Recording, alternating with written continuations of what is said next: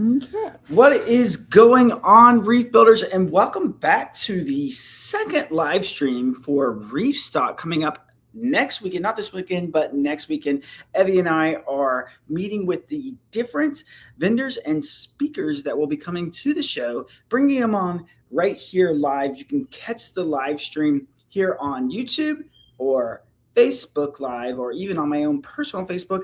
I've got this running live. So it's going to be really cool. Last time we had 16 people come on, and we just got to talk to them for a little bit about what they were going to be bringing to the event. What do they do inside of the aquarium industry, if you don't know already, and just kind of have some good reefing conversation. So I hope you enjoyed it. 2 weeks ago when we did it, we didn't get to get everybody in. So we've got 15 more people here today. We're going to be running 15-minute time segments. We came onto the stream about a minute early just so we could say hi to you guys before we bring on the first guest. Hi, let's see. The first person commenting is Jeremy Dorrance. I think I got there, 894003. Hi, everyone. So excited for ReefStock this year. We're excited too. And thank you for commenting, being our first commenter on the live. Here's Rob Mouget, who organizes the majority of the event. Rob, thank you for coming. You know, you should take a time slot. That 9:15 time slot, you should go ahead and sign up for it because we have one time slot left. So Rob, he so graciously decided to come on at 9:15 with us. Thanks, Rob. Our first guest, I think, is Nick Cook. We sent them over instructions to log on. I don't see him in the waiting room. I do, however, see Tia Davis in the waiting room. But hopefully we get Nick here on this first live stream until we get our first guest on. I think it might be a good idea, you know, to see if you guys have any questions in the chat about the upcoming ReefStock event. And there is Professor Polyp. That must be Nick Cook. Nick Cook's in the waiting room. Nick, you can come on whenever you like. And yep, here we go. We're going to add you to the stage. Hello? Let's see here. I think you have to unmute yourself on your side. Yeah, you're showing muted, Nick. Oh, can you hear me now? Yep, we can hear you now. Hi, how are you? Good. I like the outfit. The bow tie is nice. Yeah, thank you. Is that your normal everyday look that you go with? Oh, no, the bow tie is usually off if it's not a professional video call. Well, looks very nice. So you are Professor Polyp. How did you come about landing on that name? That's a good question. I was just trying to think of something that was related to reefs and sounded fun. So I like it. I think that's fun. Not very good backstory, really, but yep. I assume that you, out of the coral available, you're more excited about polyps than like zoanthids, button polyps, things like that. Yeah, I've never been very good with SPS, so I like softies a lot. I like zoas, and I've done pretty well with mushrooms, bounces and stuff. I like LPS too, but SPS are too finicky, so I don't like it. It's very difficult. It's Evie always says, and I agree with her, that you don't quite know how it's going to react based on for what you do today. You normally don't see its true reaction until several days later, and then it's too late. And so yeah. So not for the beginner. Actually, I'm going to be doing a talk at ReefStock myself, talking about the different categories of coral that you can take on as a hobbyist, and trying to work with beginner hobbyists to understand, kind of where, the difficulty levels lie in taking on different types of coral. And so that talk and several others will be kind of touching on those subject matters. I was on a live stream the other day, and someone had been into the hobby for 9 months, and they were already like full on SPS. And I was like super nervous for them because, they had a lot of them in there. And so I was like, yeah, it's possible, if they follow everything to the T and just don't make any mistakes, but that's a very unforgiving coral. Yeah. So you're coming to ReefStock here next weekend. What type of coral you be bringing? So I'm actually not going to bring any corals. I'm going to bring some products. I'll be in the front in the ASD pavilion. Mhm. And there's a couple of products that I have. My main one that I've had out for a couple of years now is this bubble bath coral dip. Yep. We're working on a new label. We'll probably have it ready for the show, so it'll look a little different than that. But um, it's a new coral dip that will get rid of all of the normal bugs that a coral dip usually gets rid of, but it also will kill algae, and it's really gentle on the corals. So um, it works quick, just 1 minute, and it'll get rid of the pests and the algae, and safe for any coral, even SPS. Even though I don't like it, they do good in the dip. So how come it actually eradicates algae as well? Good question. So the main active ingredient, it has a few ingredients in there. The main one is hydrogen peroxide. Mhm. And I actually have been dipping my corals with just hydrogen peroxide diluted with salt water for several years, and it's worked awesome. But I did find that it was pretty harsh on some corals, and also some that I wouldn't really guess. So like the two that seemed to take it the hardest was spongias and candy canes. So those are both LPS, and especially candy canes are like one of the easiest corals. But like if you put them in a hydrogen peroxide dip, they just like the skin just like melts off.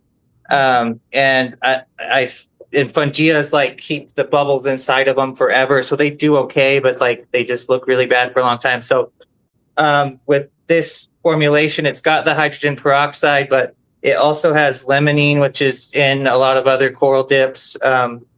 That's the main ingredient in a lot of them. And then it has a couple other ingredients too. And with all of the combination together, it kind of makes it more gentle on the corals and still even more effective on the pests and algae than just hydrogen peroxide alone. Okay, all right, that explains it well. Because one would be the first to wonder how does this work? What is the active ingredient? And that was your first product that you created to enter into the reefing space for product. Good Offerings? question. So actually, the first one I have one over here. Let me grab it real quick. Is I have a coral lens. So there's a lot of different coral lenses out there. It's just like the yellow and orange filters with the clip-on lens. And I've actually had lenses out for I can't even remember anymore. Maybe 5 or 6 years. And the dip, like I said, I just came out with that like a couple years ago. So I've had a few different iterations of the lens. Like before they were smaller, and now they have like every phone has a million cameras, so they had to get bigger. And then most recently, I don't know if you probably won't be able to read it very well on the camera, but Yeah. I don't have they the attachment though, but I do have your lens. do ya? Yeah, and so these the newer lenses I found, especially on iPhones, it seems like the software on the cameras has really like they've gotten smarter in that they like it can kind of see through the lens now. Like I would put the lens over an iPhone and it would just it would kind of like look like it's supposed to with the lens on it for a minute, and then it would like switch back to just be like really blue. So the most recent ones that I made on these lenses are a 24K and a 16K, which all of the other ones I made in the past and the other companies, the lenses are I think it's a 14K and a 20K. So it doesn't sound like a huge difference, but it does kind of get past the software seeing through the lens. So you still get really good color out of them. Okay, well, yeah, I didn't realize the newest technology with the iPhone did that to the lenses, and so that's something that you'll be bringing to the show. So people that are struggling, you said that most of the lenses that are provided for our industry, they don't have that upgrade to it, so they're probably all being affected by the new Apple technology that they have on their phones. Yeah, that was my experience too. And even when I first made these lenses, and even since then, I have tried other brands just to kind of see what they're like, how good they are, if they're better than mine or not. And when I first came out with it, I got like all the ones that were available, and even like different ones on Amazon and from China. Like I had like 12 or 13 different ones I tested to make sure that like I knew mine was definitely the best. And it sounds like when it's mine, I'm trying to sell it, that I'm just saying it's the best, but I know it is for sure. And but yeah, and I'm still just like every time I make a new batch of them and I have to reorder, I tweak it a little bit to try to keep it updated and not just all the same stuff it's always been. So it's definitely easy. I've thought about it before for a lot of things, that like it's easy to think that like, oh, they're all lenses and they're all exactly the same. But and if you just try one, you're like, oh yeah, I do get better pictures than without it. But if you actually compare different lenses, there's actually a really big difference between the filter strength and the color of yellow or orange and stuff like that. Well, again, I wasn't aware that they had made the upgrade with the iPhone that caused that issue, but that's going to be good that you have a solution to that. You'll be at the show. You'll have plenty of units of the new filter to sell there at the show. Yep. Okay. I'll have a bunch of them there so people can try them out. Like I said, I won't have any coral myself, but I'll have a demo lens or two that people can go look at it in someone's coral tank and see the difference that it makes. So you make a coral dip. You make the lenses for your phone. What other unique products do you have, or are you going to be bringing anything brand new to the show? For now, I'm mostly planning to just do the lenses and the dip. I've been just trying to kind of focus more. A lot of times I've had a hard time, like I get an idea and I kind of make it happen, and then like it goes okay, and then I like just jump to the next one. And I feel like I do it too fast. So like the lenses, for example, like I've had them out for a long time, and when I first got them out, like I did really good at marketing them and stuff like that. And then I started moving on to a few other things, and I just sort of like fizzle out on like posting much or anything. And so I feel like people still kind of know from that initial like burst when I tried to get the product out there, but the sales sort of just trickle after that. So I've been trying to sort of like step back a little bit. I have some different lights that I still have and that I was producing for a little while, but I decided instead of just like continuing to try to like get a ton of different products, to really just try to hit a couple really hard for now. And then once they really are like very established, try to get new stuff after that. Well, is one of the new strategies the new outfit that you're wearing, or have you gone with that the whole entire time? Because that is memorable. It's about being top of mind, right? So if you can come up with the outfit, then you'll be so memorable. They'll always be like, the guy with the outfit with the lens and the dip, right? And yeah. So is that a new strategy on the marketing side? Yeah, when I've gone to shows before, I usually do wear a bow tie. I have a couple of YouTube videos where I have the bow tie on too, but I do think it's definitely like sort of, I don't know, it's just been a little bit more subtle that people see me at a show or they see the video and they're like, oh yeah, there's the bow tie, but it hasn't been a huge focus, I guess. You should get snails on your bow tie. Snails on the bow tie, I think, will make it even better if you do that. Yeah, that's a good idea. These one's just a paisley one. I have some that have seahorses and they have crabs and stuff like that, but this one's just a classic one today. Well, I appreciate you coming on and just sharing that with us, sharing in the excitement. When are you heading out to Denver? Like what day do you arrive? I'm gonna leave on Friday. We're just in Utah, so it's like 10 hours away from you guys. So, and I know you guys know Skylar. I think he's gonna be on at the end tonight. So I'm gonna be driving up with Skylar. We're gonna have So to monster Skylar. We're gonna have to have quick on the get off live stream button just in case he starts talking anything crazy. I've known Skylar for years. You never know what he's yeah, you definitely have to be. be careful. After driving 10 hours with him there, I might just fly back. He's great though. He is great. And so I appreciate it coming over from Utah. Thank you for joining ReefStock and thanks for coming on our live stream. I'm really excited to get to know you a little bit better at the show. Yeah, for sure. Thanks for having us. And yeah, I'm excited to be there. Okay. Good time. Well, thank you, Nick. We're going to let you go and go to Roger Vico with Tunzi. He has a lot of really cool products. And so hopefully you stay tuned on the live stream. Yeah, sounds good. Thank you. See ya. All right. Roger. Yeah, hey Sean, Evie, how are you doing? How are you? I'm doing okay. Good. Looking forward to the show.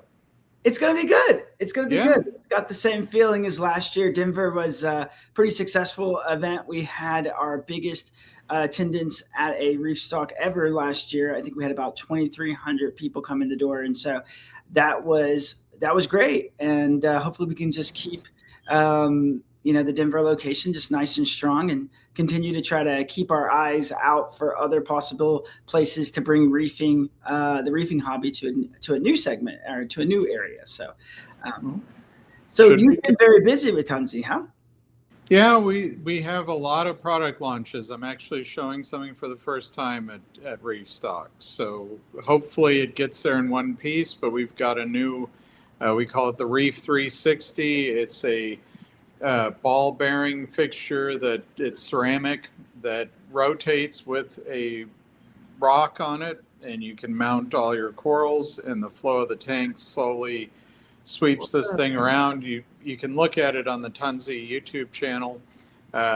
It was invented by a lady at a reef store in Munich, and Tunzi built it with the components we have, and it's kind of neat. I think it'll be an extremely controversial product because not everyone can envision having something moving in your reef tank, but it moves very slowly. And from her perspective as a marine biologist, the whole concept was you're evening out the flow and lighting. Plus, as a viewer, you're constantly getting kind of a new perspective of your reef tank.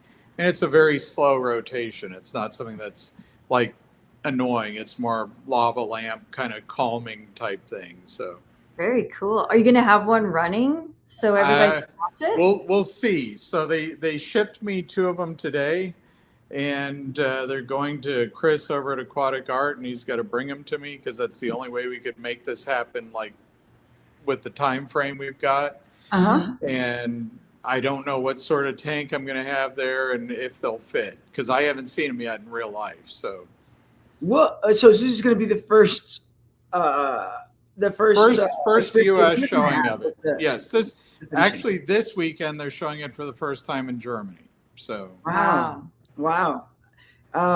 This sounds really cool. I feel like as we get better at live streaming, since we're starting to live stream, we'll be live streaming reef therapies and things like that going forward. And I feel like it's a lot more interactive because you can have people comment on the screen. We can be talking just the same, and we can see if people are asking us any questions. But you can also like insert clips and things too. I pulled up the screen on our Tunzi page that shows the rock. I could share my screen, I believe. Let's do it. Yeah, there you go. Let's play around a little bit on here, if no one minds here in the chat.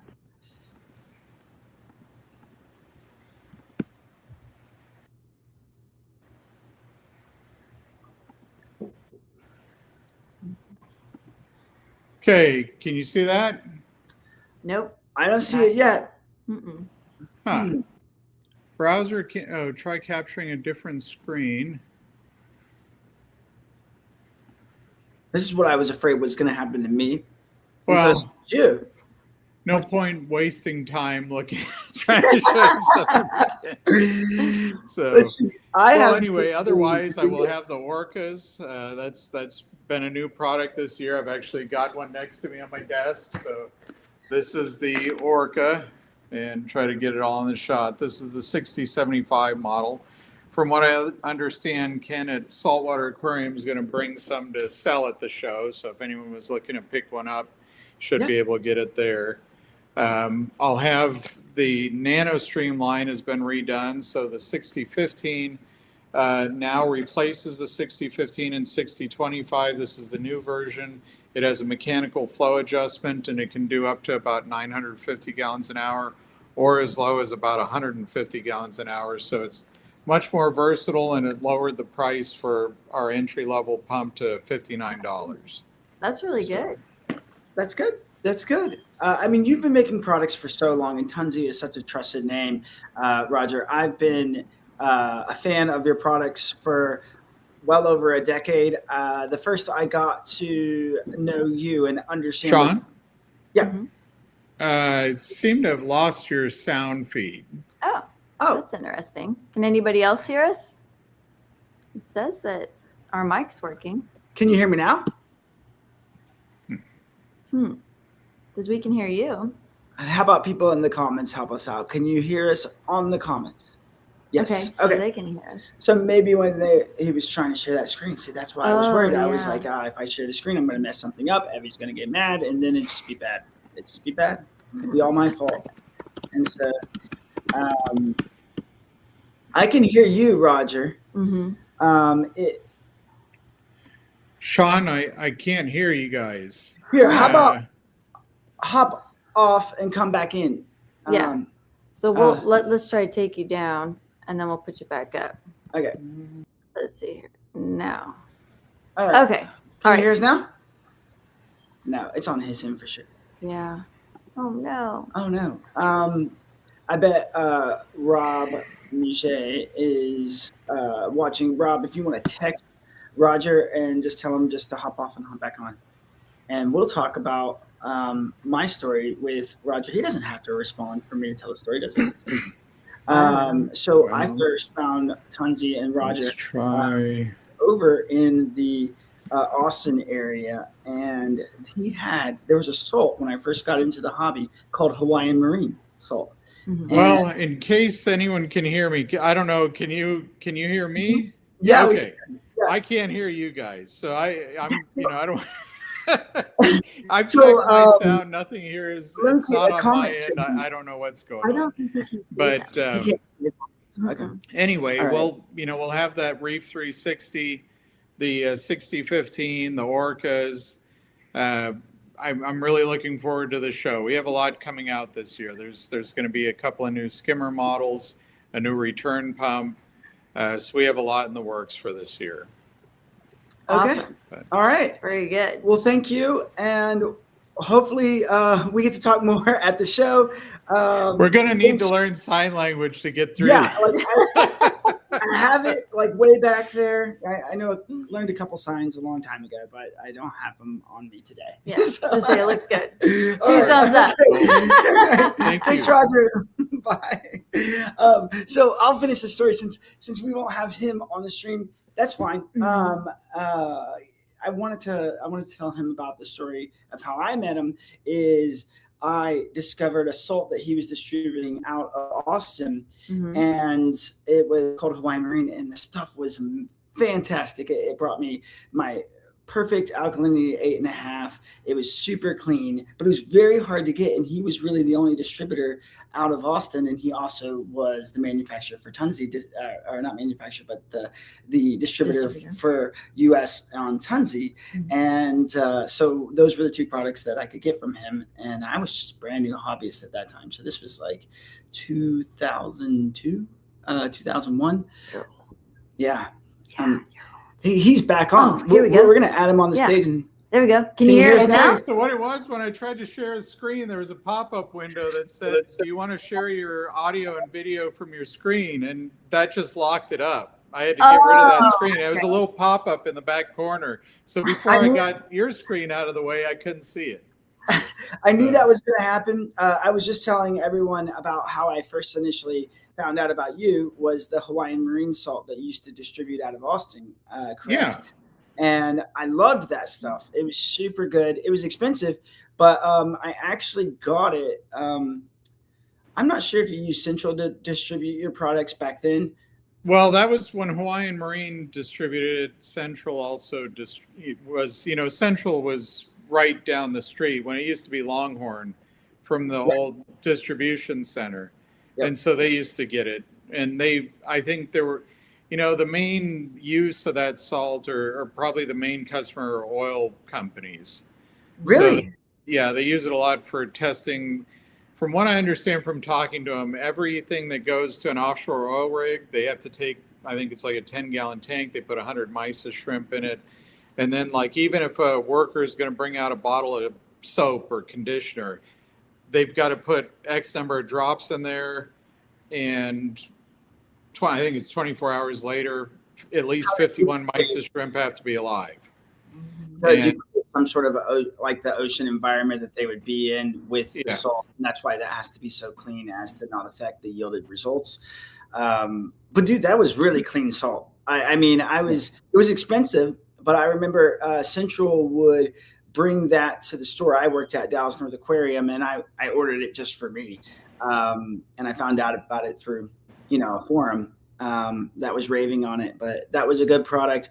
And then Tunzi products, my friend Mike Ferguson was always big into, and he showed me all of your products, and you've just been going strong ever since then. So I've been doing this now for 25 years, and Tunzi's been around for 67 years. So it's been a long road, I guess, but I enjoy it. So good. It's awesome. Well, I do also like, we were talking about marketing with with Nick, who came on last, and he was saying that, when he launches a new product, sometimes he gets distracted and goes after something else. And then the new product doesn't get out as far on reach with marketing. And so part of his strategy was the bow tie and being memorable. And you have recently, or Tunzi has recently did a new marketing campaign, which I found to be very effective. The golden ticket idea with your guy there in Germany. Felix. Well, it is neat. I don't know. We've talked about trying to bring it over to the US, but it's just one of those things we haven't gotten to yet. And I will say that the bow tie worked. I actually used his product, and it was thanks to ReefStock that I found out about it. But the Mr. Polyp Bubble Bath product, I bought it. I had this tube worm infestation. When I moved my tank, I soaked all the rock. I probably got a 80 to 90% reduction in tube worms. I mean, there's still some, and I still got to keep up with it, but it got it to where it's manageable. That's good. Well, there you go. I mean, the product works. He just needs to, get on social media a little bit more often and tell people about it. Those results. And so, how's everything going there with Bruce? Bruce is now working with you there at Tunzi? Yeah, Bruce is doing well. No, it's been nice to have somebody that's also from the industry. A lot of times I've generally had an employee, but it's different when it's just somebody that's used to working in a warehouse, used to packing boxes, versus somebody that actually knows the product and knows what they're doing. And now I moved my reef tank to the office, and Bruce helps me take care of it. And anytime you reset something up, there's a lot of work involved. Even if it was a pretty quick transition, I only had to move it about 10 miles from my house, but it's still it's always a reset. So yeah, the process of moving it is just a big giant headache. So Bruce, that's relevant because Bruce has, probably 20 plus years of experience running an aquarium store. And that's the type of employees that you have there on the Tunzi team that have actually run aquarium stores for many years. Yeah, no, and Bruce's degree is actually in limnology. I mean, he's done fish and aquarium, I guess that's more freshwater mud, but he's done this stuff his whole life. So. Well, are you bringing Bruce to the event? No, I'm going solo. So initially the plan was that Felix was going to meet me there. Yeah. But he's doing a show this weekend. It was just too much. So there's just Felix can't come, but why can't Bruce come? I guess he could, but it's just a matter of just keeping it simple. I'm just trying to keep things simple, and it's best if somebody's here on Friday in particular, because I'll head out Fridays and I'll be back Monday, but it'll be too late in the day to accomplish much. So if he can run things Friday and Monday, that helps out a lot. Yeah, keep home base nice and cleared up. But Bruce is incredibly hilarious. I think he would add a lot to your booth. I mean, the guy. I would agree, yeah. Okay, well, Roger, I appreciate you coming on. We're nearing the end of your segment, but again, great products. I'm super excited that you're going to be announcing a couple of new products there at the show. I'll definitely come. We're going to be doing the reef therapy there at the show. So every other hour, I will be on a reef therapy with Evie, and we'll be talking to the different industry professionals doing reef therapy live at the event, just like this. But every other hour, I'm going to be jumping off of that stage and running onto the floor and going to booth to booth to booth to booth throughout the show, and spending about kind of similar to this, spending about 5-10 minutes where I'm talking to you about what you've brought. So we'll get a chance to live stream again there at the event. And it's just a shame that you're not going to bring Willy Wonka. Well, it's it'll be a fun show all the same, and sounds like you've really got a lot going on to be going from running around the hall to going on, on the screen. So that's just what we're gonna have to do, and just get back on the live streams and talk with the hobby and see what people are asking, and just try to connect the voices together. Bob Winfrey wants to know if you're going to wear the lederhosen this show. Probably not. I was just going to wear my Tunzi shirt, but I guess I don't know. I'm trying to keep it. I'm trying to keep to just a check bag. So just a check bag. I mean, just a carry-on bag, I should say. So now I'm intrigued as to what the lederhosen is. There you go. Oh. Yeah, that I think you'd look good in one of those. I mean, I did that for the last Reefapalooza. That was Felix. Since we're headquartered in Bavaria, he generally at shows wants every employee to wear lederhosen. So I should bring it. So if you're not going to bring Bruce and you're not going to bring Willy Wonka, you got to do something to stand out, Roger. You can't just be the smart guy in the room. You really have to. You have to get a little silly. So on with the lederhosen, okay? All right. Well, I'll give it some thought. I may end up bringing them. All right. Thank you so much. Again, super excited you're bringing products. I'll see you at the event this coming next weekend. So. All right. Well, it's good to see you. Thanks. Good to see you, Roger. All right. Okay. Who is next? We have Kent. Kent! I see him. He's on mute. You're muted, Kent. I was muted. There you are. I was behind too. You started the guy from Tunes, and I thought it was my time. Oh, and I was all freaked out, and then I realized that I was 15 minutes behind on the broadcast. you should have sent me a dirty, like an ugly message on the thing. Hey, that's my turn. Like, stop. I'm waiting. Well, Kent, you have an awesome booth. You were there at ReefStock Vegas. Yes. And you just had so much stuff. I felt so bad for you at the end of the show because you had so much to take down.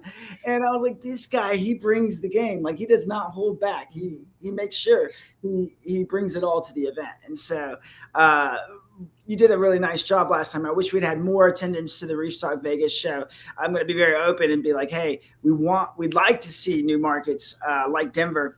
And we don't want to enter the same markets that the other shows are already in, because that's not bringing the hobby to new people. And so it was a beautiful facility. We loved having you there. We're sorry that we didn't bring more hobbyists in, just kind of a first show thing, Hey, I have no regrets about it.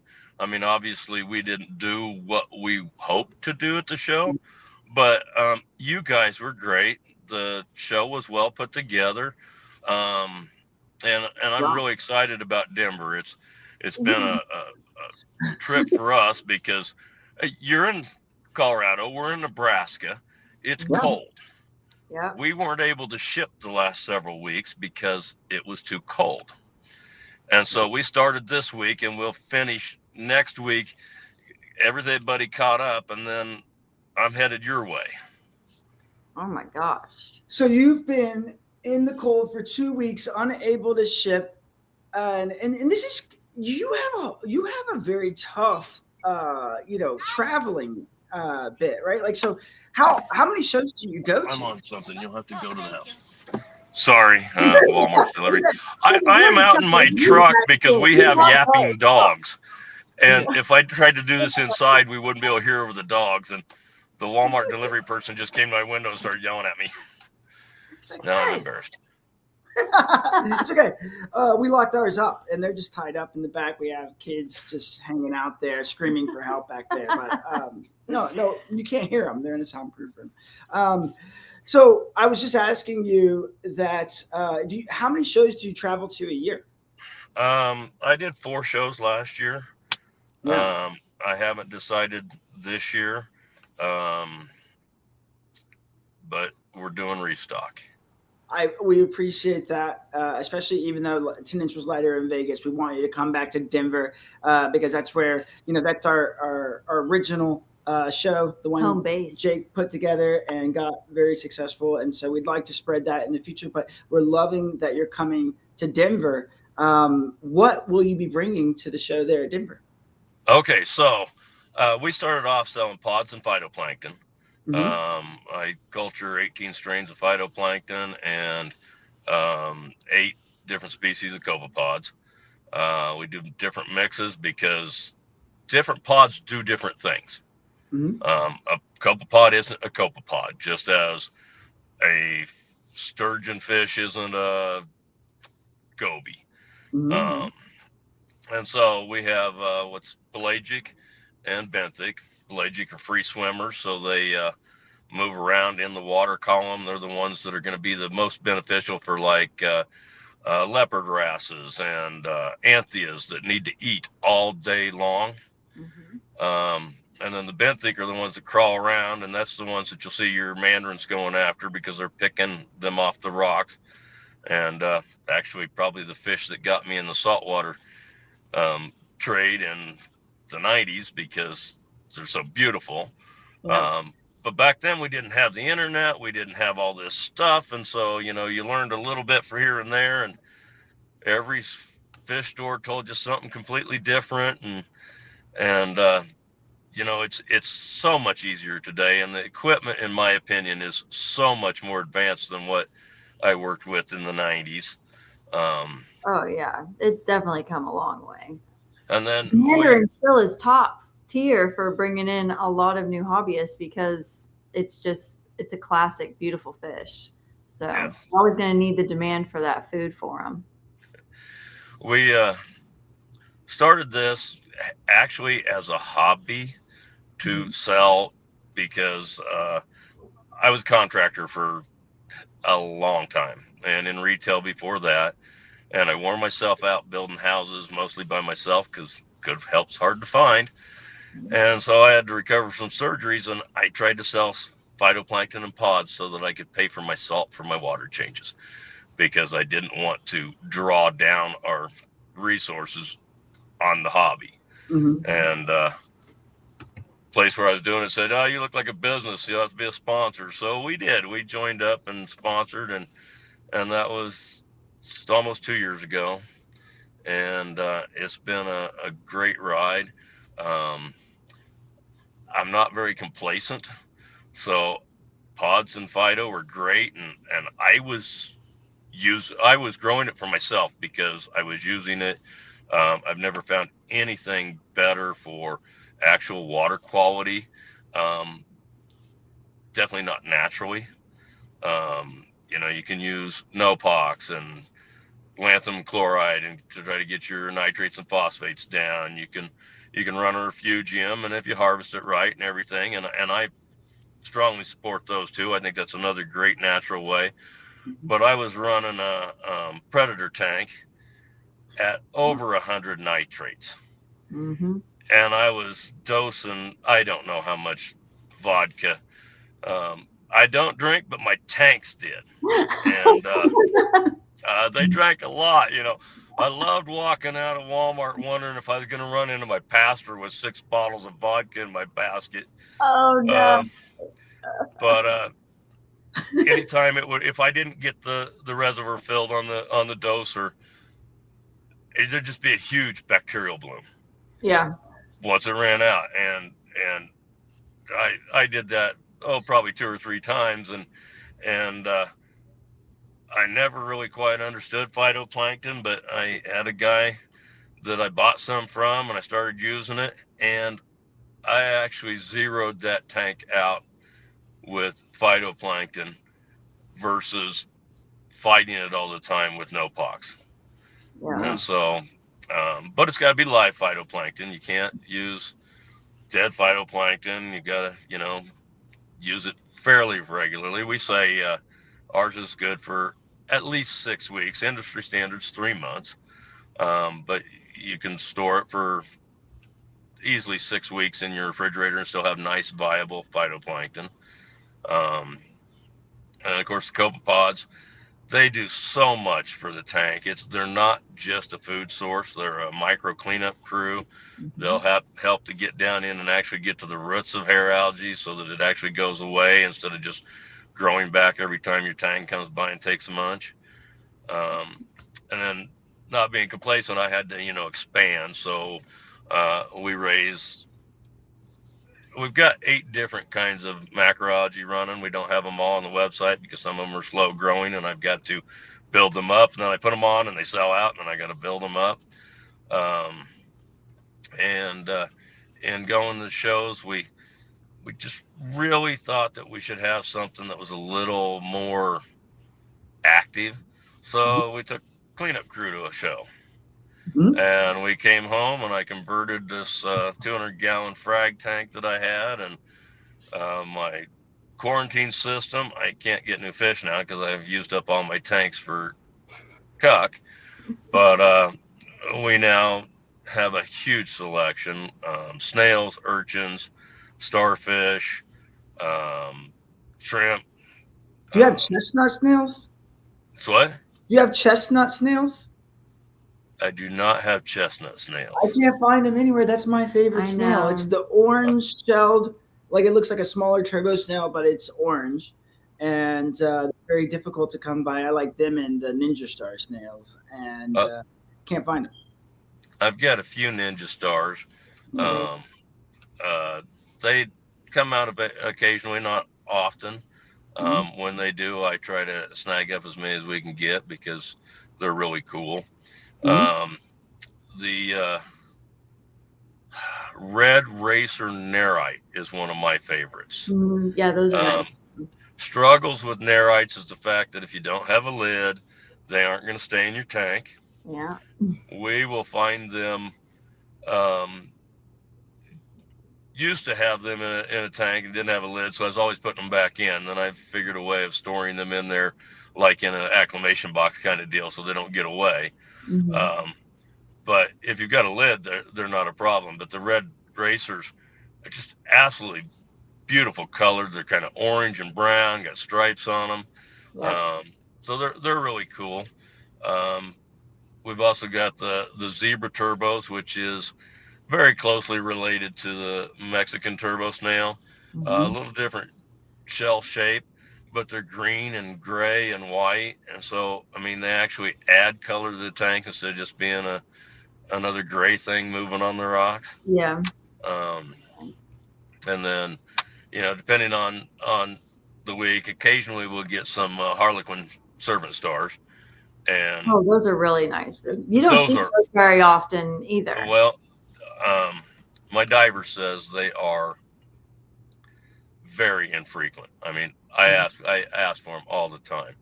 anytime he puts them on the availability list, I immediately place an order and make sure that I get it. Yeah.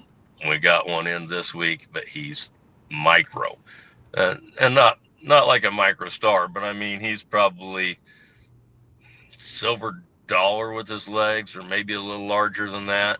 The other ones I've had have been more like 5 or 6 inches leg span. Yeah, their body, like the center of their body is like the size of the silver dollar or the quarter. It's like good No, size. no. The leg span Yeah. Right. on this micro, Yeah. and most of the serpent stars don't get really big. We get some orange ones that are really cool. I've got one in 3 of my tanks, and they get a little bigger, not quite as big as the green. The greens get really large. And aggressive. And I've had them several times over the years myself, and that's kind of the fun part about this is I did really good building houses and commercial properties and stuff, but I don't make the kind of money I made when I was building houses and stuff, but I get to work in an industry that I love. There you I when we first started on it, I was just, like I said, trying to make a little money to pay some bills, and I didn't just do that. I've seen a lot of places, or a lot of different vendors that they're really in it to sell you something. I researched it. I learned everything I could about the different copepods that I could get a hold of, and there's still several that I'd like to add, which will probably come with our expansion that we're doing, but I can't seem to find enough time to get it finished. I know this contractor, but he never shows up. And so have you set your sights on discovering the terrasopod? Because last week we were talking with Taras Pleskun, who is actually going to be speaking at the show on copepods and how vital they are to your reef. And so cool. That's going to, of course, be something that lends credibility to what you're bringing to the show, and the things that you've already discovered. So it's going to be a great talk. But he said that there's so many thousands of copepods that have yet to be discovered, and since he is so passionate, we are on the search to find a new one and call it the terrasopod. So if you talk to your diver and he decides to bring you a handful of new pods, we can work with you to name one of them the terrasopod. You know how to find out. We've got we have a unique pod for us, at least we consider it unique, which we call our harpapod. And yes, and I should say unique to me because I actually bought it from somebody, but it was supposed to be a Karsia, and determined that this vendor isn't really upstanding because I bought 3 different species, and when I put them under a microscope after growing them for a while, they weren't 3 different species. They were just wild caught pods. Yeah. And so I discovered my error when I shipped them to a university because they wanted to study the acarcia. And they called me and told me these were not acarcia. And I said, okay, well, that's what they told me they were. And they identified it, but they can't identify it exactly because it is a Tisbe pod, right. A cousin to them, a smaller cousin to them. And there's like 10,000 different Tisbe species. Yeah. And so anyway, what I love about it is it's smaller than the Tisbe, which maybe not the greatest thing, except for the fact it gets in smaller spaces, but they reproduce like crazy. I can draw twice as many pods out of that culture each week than I draw out of my other cultures, and we always stagger them. We go every other week to a culture or every 3 weeks to a culture to make sure they've really come back up in density. And I've got multiple cultures of this, but I could draw them out of the same one every week. Wow. Well, So I didn't know you had a new pod over there. I didn't realize that these pods are just coming in all the time, and they're new to us, right? I thought, that most of them are going to just fall within the the Tigger pods and the Tisbee pods, right? And so that's the ones that most people talk about, and that's the ones that go above. I mean, Taras would be so disappointed in my level of understanding of copepods, but can't reef by steel, right? And Yes. so, do you sell online, or how do people get a hold of your products if they're not at ReefStock? Okay, if they're not a ReefStock, we are reefbysteel.com. Yep. Very original, Mhm. Reef by my last name, but every other name I came up with is cool. When I researched it, somebody else already had it. And so I settled on that. And again, when we did it, I wasn't really expecting to go full into it, but we're family owned. It's my wife and I, and it is just us.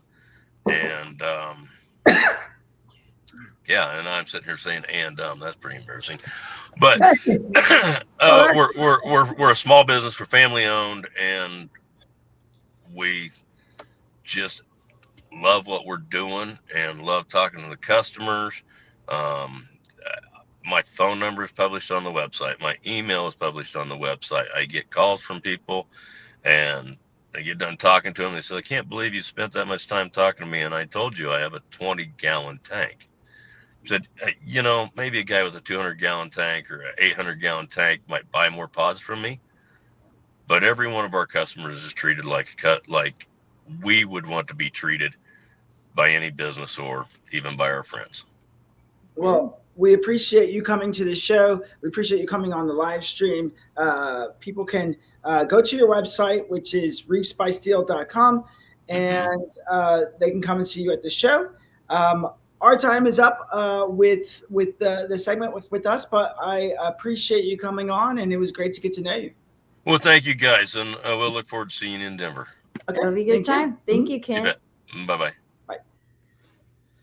Okay, so Vanessa, there she is. She said she was having trouble coming in and out. There you go. Yeah, Vanessa. let's see if we get her up here. If maybe it'll fix it. There we go. Hi, Vanessa. Oh my goodness, guys. My connection is insane. Like, hopefully we can have a conversation here. I keep getting kicked off. We can hang out for a little bit for sure until you get, but every time I was getting ready to pivot to bring you on, you disappear. And then I'd be like, maybe not yet. So this is so much fun because you sound like a robot with every other syllable. And I really, it is. The conversation is fun. Oh, we lost her. Oh, we lost her. Oh, she's going to have a really hard time. No. Okay. I wonder why it's doing that to her. Well, so I mean, we had her on last week, right? And so she told everybody she does the homebrew live feeds, right? She's got a booth there. She's going to be doing a workshop at the show. Let's see if we can get that out of her quickly so that way she falls off again. Vanessa, we were just going to tell everyone that you're going to be doing a workshop talking about homebrew live feeds. You're going to be doing a workshop at the upcoming event. And what can you talk to us a little bit about that? So we'll just jump right in. So I wish I could hear what you're saying. I heard something about a workshop. Yes. We're going to have one of those. Yes. Yeah. It's great. Tell me about your workshop. I think you said, tell me about your workshop. Mm-hmm. Yep. Okay, awesome. So sorry. So we're going to be doing some interesting, fun little hands-on tidbits during the workshop. So we'll learn about coral nutrition and some of the differences in the industry products. Mm-hmm. Oh, we lost her again. That is a bummer. No. So, but so let's just tell everybody what she does. She does the homebrew live feeds, right? And she's partnered with she's worked with reef builders in the past too, to work on the formulas. She was feeding it there, some at the studio with Salem. There she is. There she is. Vanessa, we figured that it was best for me to tell everybody who you are and what you're going to be doing this weekend at the event. Just because we keep losing you. I was just saying that you started Homebrew Live Feeds. You have your own aquarium store. You've been doing it for decades, which is what brought you into creating Homebrew Live Feeds. You have a workshop this weekend. You were just telling us about what's going on with your workshop and what people can learn. So out of that fun dialogue, I think I heard something about doing aquarium things for decades. Yeah. Oh, wow. So she's not getting much of this. Okay. Next to that. Well, awesome. So we're going to lose her. So we're going to have to text her real quick and tell her that we are, or shoot her a message on the chat and let her know. She can't see it. Okay. Well, then we're just going to have to pin it from her because we can't keep bringing it on because we can't get anywhere. I wonder why it's. Okay. You just had her exit stage. All right. Yeah. Go. Okay. There we go. Because then it's like a new link. There we go. Okay. Maybe you're frozen. I don't know. No, you're not frozen. Okay. All right. So what are you going to do on your workshop, Vanessa? Okay. Can you hear / see me? Mm-hmm. Yep. Okay. Great. So all I heard was workshop out of all of that. So I bet you want to hear more about it? Mm-hmm.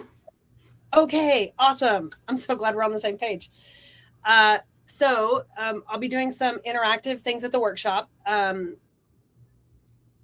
no. She totally. All right, we're going to have to call it quits. So just cut it. We can't have them. No. I love her, but we've got to, we can't get it out. And so let's just us tell everybody that Vanessa is doing a workshop. You can learn a lot about the Homebrew Live Feeds and why she's chosen the ingredient mix that she has to create them and what it does to benefit your coral and how things survive, how things thrive off of her feeds. And so that's going to be a great talk for this weekend. I'm excited to have you, Vanessa. I appreciate it. We're going to try not to we're going to not bring you back on live just because we're having the issues. We think that we can better let people know what you're doing just by describing it ourselves.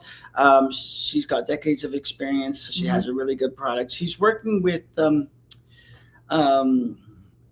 guys we talked to last week that make the bacteria. Hydrospace. She's got she works with them on their. They're doing a blend. They're doing their blend, and so she's collaborating with other manufacturers across the industry. So it should be very interesting to see what her workshop is all about this next coming weekend. So, yeah. So next, who we are waiting on is Brandon, but he is not. That's Brandon with the No Code Reef Club. There we go. All right. Well, Brandon, if you're ready to go, we shall pull you up here. Let's see. He turned off his camera. Maybe he's not ready yet. Let's see here. We'll wait for him. There we go. Let's check on our comments here. And there we go. All right. There we've got. Hi, Brandon. How are you? Awesome. I think maybe you have to get a little closer to your mic.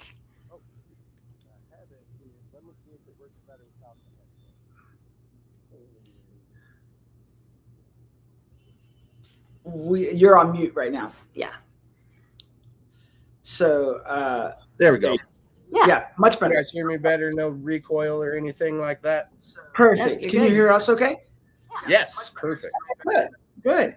All right. Well, Brandon, you are with the NoCo Reef Club. Can you tell me all about what your involvement is with the organization and how long you've been doing it and what you're going to be doing there at the ReefStock event this weekend?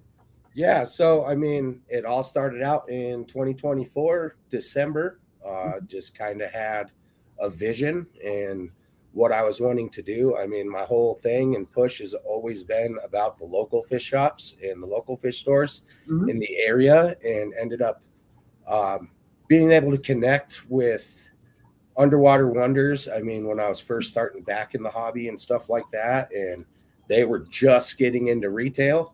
So not a lot of people knew, and I just had this push and this vision to basically highlight the stores that are here in Colorado. And so we go around and we do showcases every single month at a different local fish store. We provide food. A lot of the times we're doing like some giveaways for the members and for our sponsors and stuff. I mean, really, it's just getting that promotion and that word out there to the community and trying to rebuild that community back to what it can be, especially getting that information about those stores out there for the ones that people might not be so aware of. So I love that. I love that you support the local fish store scene. I've done that for many years. I went on a crazy trip called the 50 Stores in 5 Days tour, where I went to 50 shops in 5 days, and we put videos out on that. I did it between Dallas and I went through Colorado there on the very first one. And then we did it on the East Coast. We did it in the UK. So, very important part of the industry is the local fish store. And I love that that's part of what your mission is to support is those shops, and that you're doing the monthly education at the shops because it can get confusing for hobbyists. The internet is deep. There's a lot of different ways of doing it, and it can get confusing. So I've always told hobbyists that I think it's a great idea to find somebody local that like their local fish store, and just kind of stick with that advice. And that's been the big push for us. I mean, really, the sponsors we have, and if you guys don't mind, I would love to give them a shout out real quick. I mean, we sponsor with Vanessa from Homebrew, Seth over at Underwater Wonders, the Biggs Lagoon guys, Aquarium Supply Distribution, Rhino's Reef, they're a big one. Fins Up, Hydrospace, NoCo Fish Company, Novel Aquatics, Reef Nutrition, Bubble Cups, Colorado Coral Con, Kraken Lids, Marine Alchemists, Liquid Kingdom, Colorado Wholesale, Combat Corals, MC Aquatics in Inglewood, and A2 Zoanthid. And I mean, that's something that we've grown in, I would say, probably 8 months, and just being actively working on it. Our website launched, I would say, probably mid-April of this last year in 2025. And I mean, it just exploded. It took off. So like our big thing is really making it about the hobbyists, of course, that's the whole point of club, but bringing the hobbyists and the fish stores together. So we work with our sponsors, which one thing that we do for our sponsors and sponsorship is we don't require any kind of payment up front or anything like that. We tell them we would rather them invest that kind of money in those funds back into the community, because that's really what we're about, is just building that community back through frag swaps. I mean, we do our spooky frag swap every year in October, to different events from, I mean, really, it's going to be from Colorado Springs all the way up to Wyoming. Right. So we did partner with Rocky Mountain Koi Club as well, just to kind of expand it and make it a little bit more about the hobbyists and their different adventures with freshwater and ponds and everything like that. And to be completely honest, I wouldn't be here if it wasn't for the solid team that I have, that all share the same vision, all share the same concept. And, I could sit here and chat about it for hours. I mean, the passion that I have for it, and for these stores, especially because they're putting everything into it. And same with the hobbyists, they're putting everything into it. So the information and the education is crucial for us. And we make sure that at each showcase, we do a little educational bit, from either fragging to nutrients to fish keeping to different foods and how to feed those foods. And I mean, we are going to be launching a new forum here that's going to be kind of cutting edge for us and clubs, where you get an instant notification, just like you would on Instagram, Facebook, and then pretty much your social media platforms, to where if they ask a question, they're getting a response right away, and they're seeing that response. So we're really excited to push this new forum out come ReefStock. And I mean, it's been something that's been a long waiting to kind of create that space for the community again, and just make sure that we're listening to what they need, want, and like. It's very cool. I mean, I love what you're doing with that, and are what what of those like workshops, classes, things that you've done at the stores, are you going to be doing any of those at ReefStock?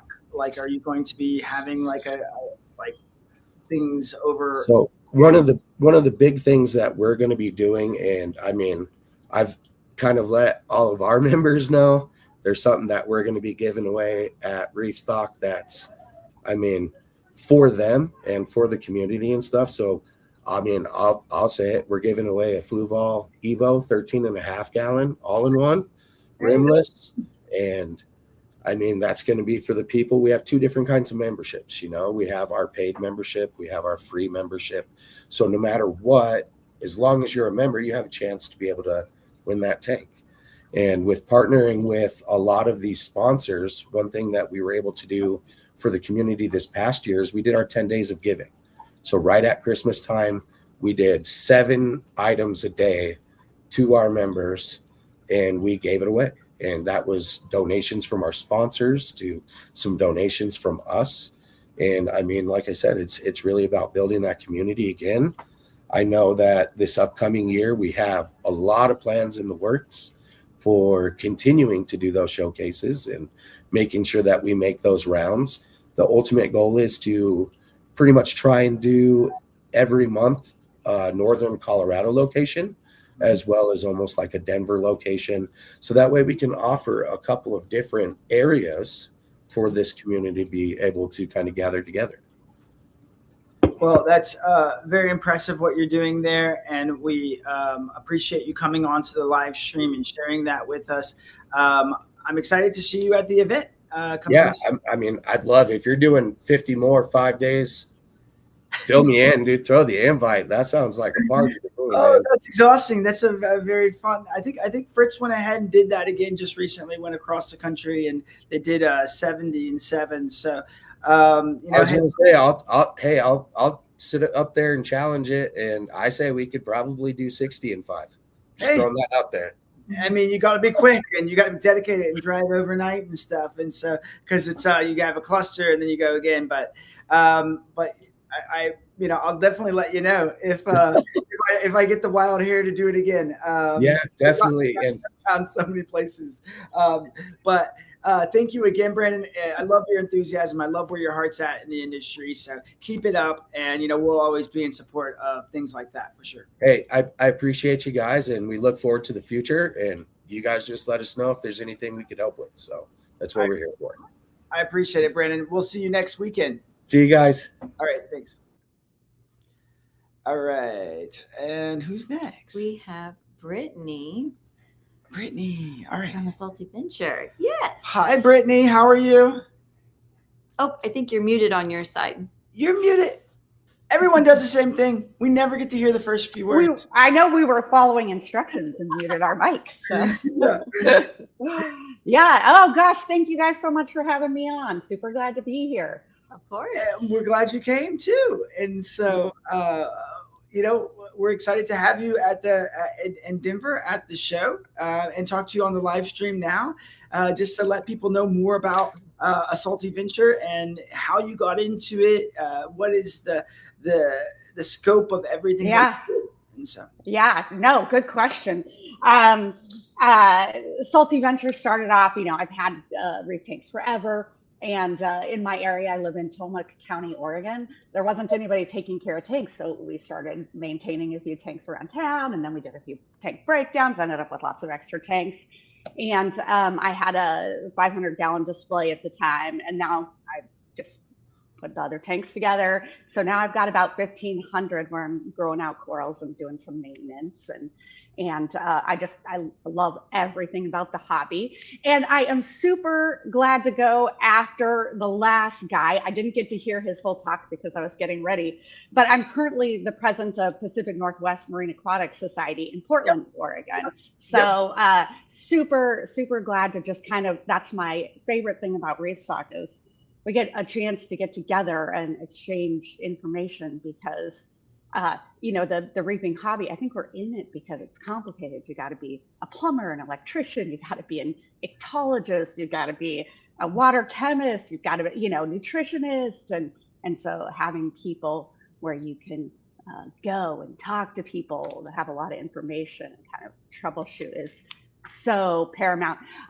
Last month with Pacific Northwest Marine Aquatic Society, some guy posted like late at night. It was like 6 o'clock at night. Hey, my tank just sprung a leak, and within 12 hours, he had 6 different people over. They helped him move all his livestock, brought over container tanks, helped him move the tank. He was able to get another tank, but aquatic societies, I'm not sure how we did it before we were able to get together and get information and get help from people. So love the clubs. I do want to talk about what I'm bringing to ReefStock. That's your next question, right? Point that the communities, the clubs, those you made the point that there's a plumber, you need an electrician. Yeah. And at least 1 or 2 of those is going to be intimidating to the hobbyists coming in. Yeah. And maybe they don't quite realize that they'll have to take that on. But the clubs and the community, they're always very helpful to the other hobbyists and lending a hand and helping them master that so that they're not intimidated by it anymore. So I definitely understand that. And so, but yes, to understanding what you're going to be bringing to the show, let's talk. Yeah. I have a friend that made me a bunch of fish, glass fish that swim around my tank. And so I said, hey, other people might really like these. So she's made 50 of these, including schools of fish. So I'm going to be bringing these. I'm kind of showcasing these. They come in all different colors. So I am bringing some art stuff as well as the regular corals. Oh, this one goes like this. Oh, wow. But yeah, aren't those beautiful? And you can put LEDs behind them. They're gorgeous. I also make mugs, so I'm going to be bringing a bunch of mugs. So something a little bit different, right? Some of them, they're all. But if you want an original mug, one of a kind, can't get it anywhere else. I don't make any that are similar. Look at my cute seahorse. Isn't he cute? So by hand, like with the. Do you make those by hand, the mugs? Yeah. No, and they're all. I don't make them, the same or with the same color, so they're all very different. But I'm bringing a bunch of these.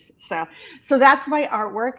As I said before, I do some aquaculture, been growing things, get a lot of things.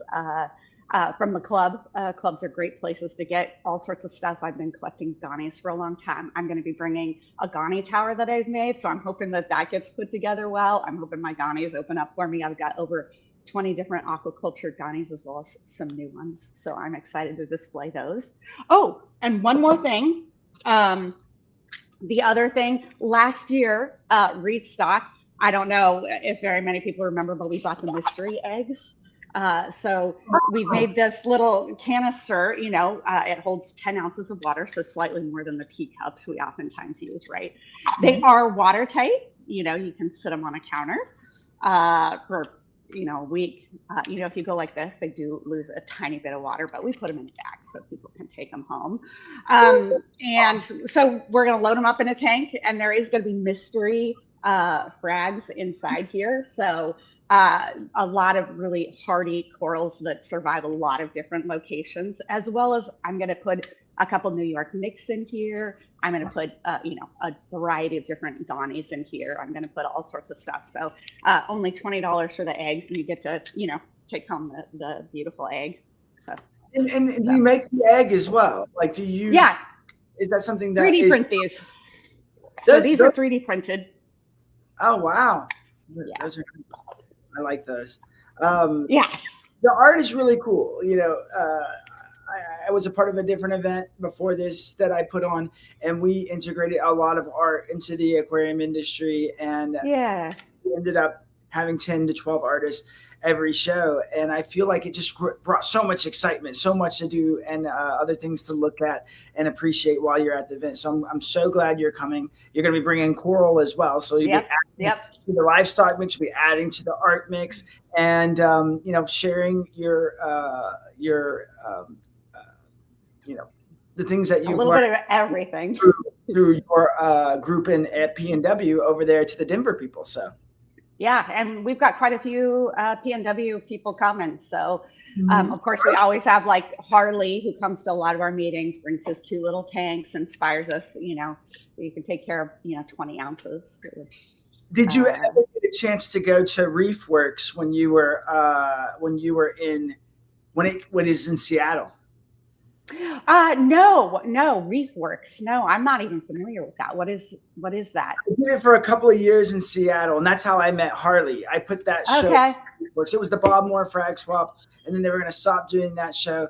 And that was kind of how I got into doing shows. Is I actually wanted to go to Seattle. It was in my budget for the year to go to Seattle, and they weren't going to have the event. And I was like, well, I'll just put it on. Yeah. And that's how I got into it. And then I started doing different shows around the country. And so, but I really liked the people in the Seattle, and everybody from Portland would come over, all the cuttlefish would come over, and, all the big hobbyists that were in that area would come over to the Seattle show because the community, it kind of scopes the whole PNW area.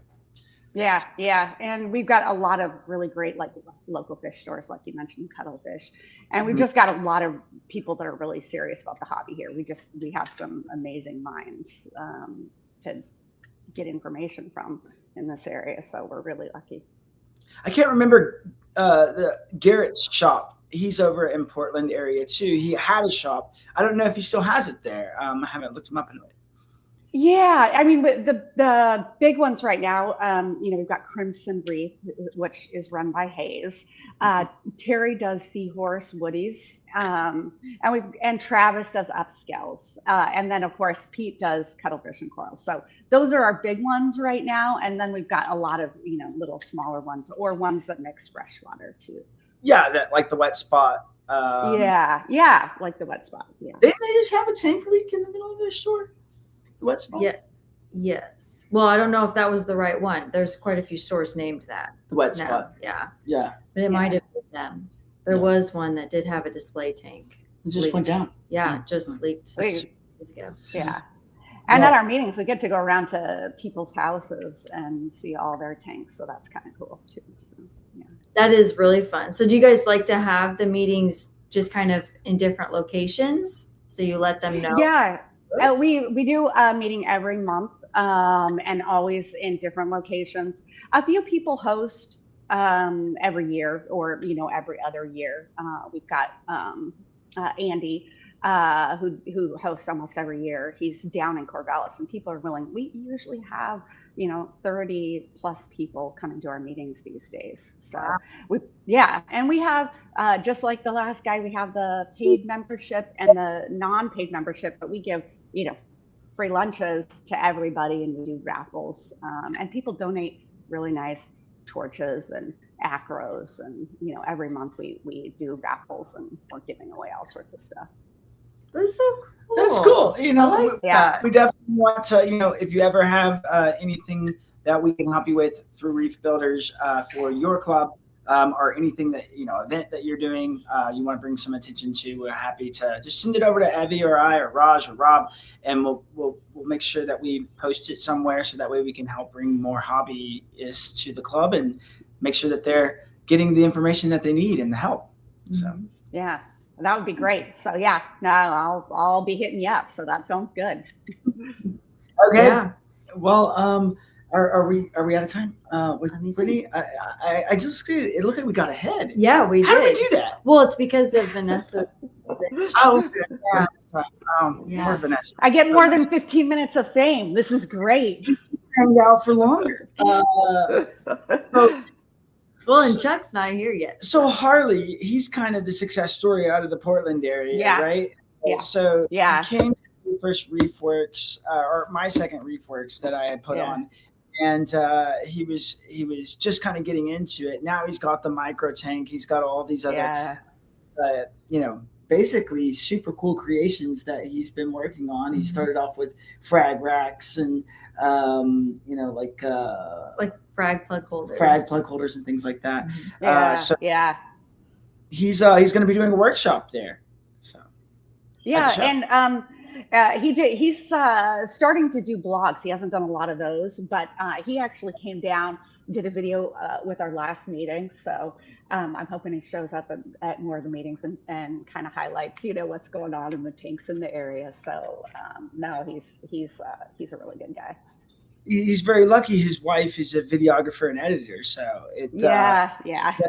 Jenna has the skills to make Harley look good on the blogging, and so yeah. And he does the same for me. But apparently, I'm not very good at the videography part. Like I keep thinking, it's a lot of work. It's so much work to do all the editing and I mean, let's be honest, a lot of our creatures, they're so small, like the sexy shrimp. You know, where else do you get to see the sexy shrimp except for in a tank that's like, you know, this big.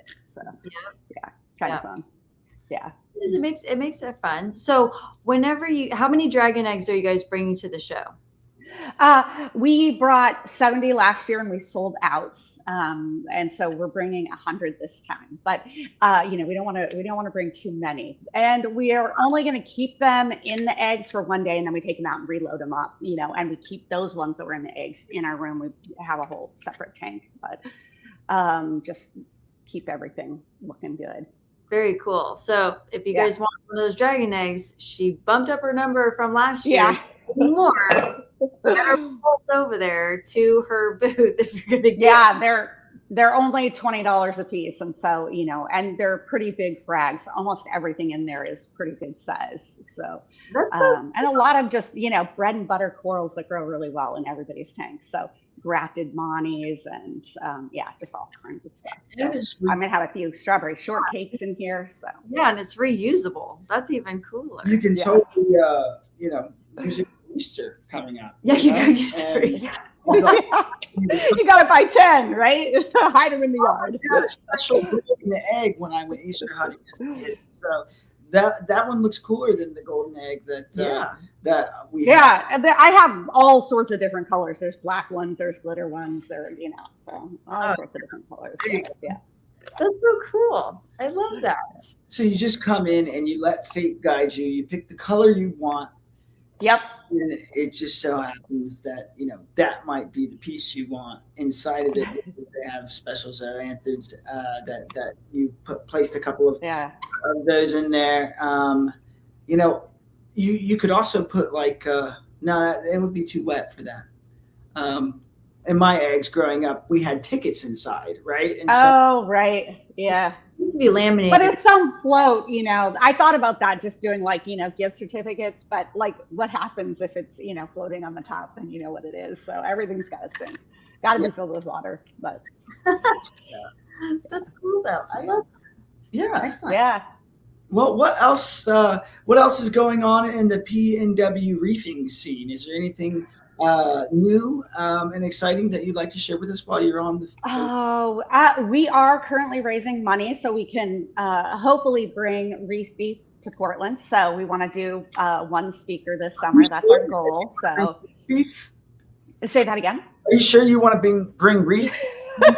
We're still working with Rich. I'm not sure Ben wants to come. So he's a busy guy. DZ, that's the mistake of it all. Ben does want to come. I always ask Ben, I was like, hey, listen, why does Rich get invited to everything? But you're part of Reef Beef too, and you're not. And he's so funny. Are you not the stronger member? Is Rich better than you? And he didn't take it well, but he did say he does want to come. So you should reach out to Ben and. Well, we've been talking. We're still working on dates and stuff, so we've talked to him. No, this won't be a surprise to them. We're trying to bring him down here, so yeah. I'd like to get invited to one for the club. Get invited, right? Like Ben goes and he says that he's going to go, and Rich never got the invitation, and then you know it'll be tables turned, right? So. Yeah.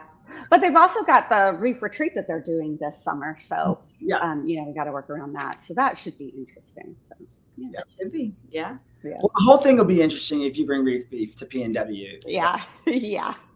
I may, And hopefully Harley can do his vlog with that. So, everybody wins. There you go. no, they're great guys, Yeah. very fun. And I'm just joking. Ben gets all the respect out there that he deserves. I just like to give him a hard time. I've known him for so long.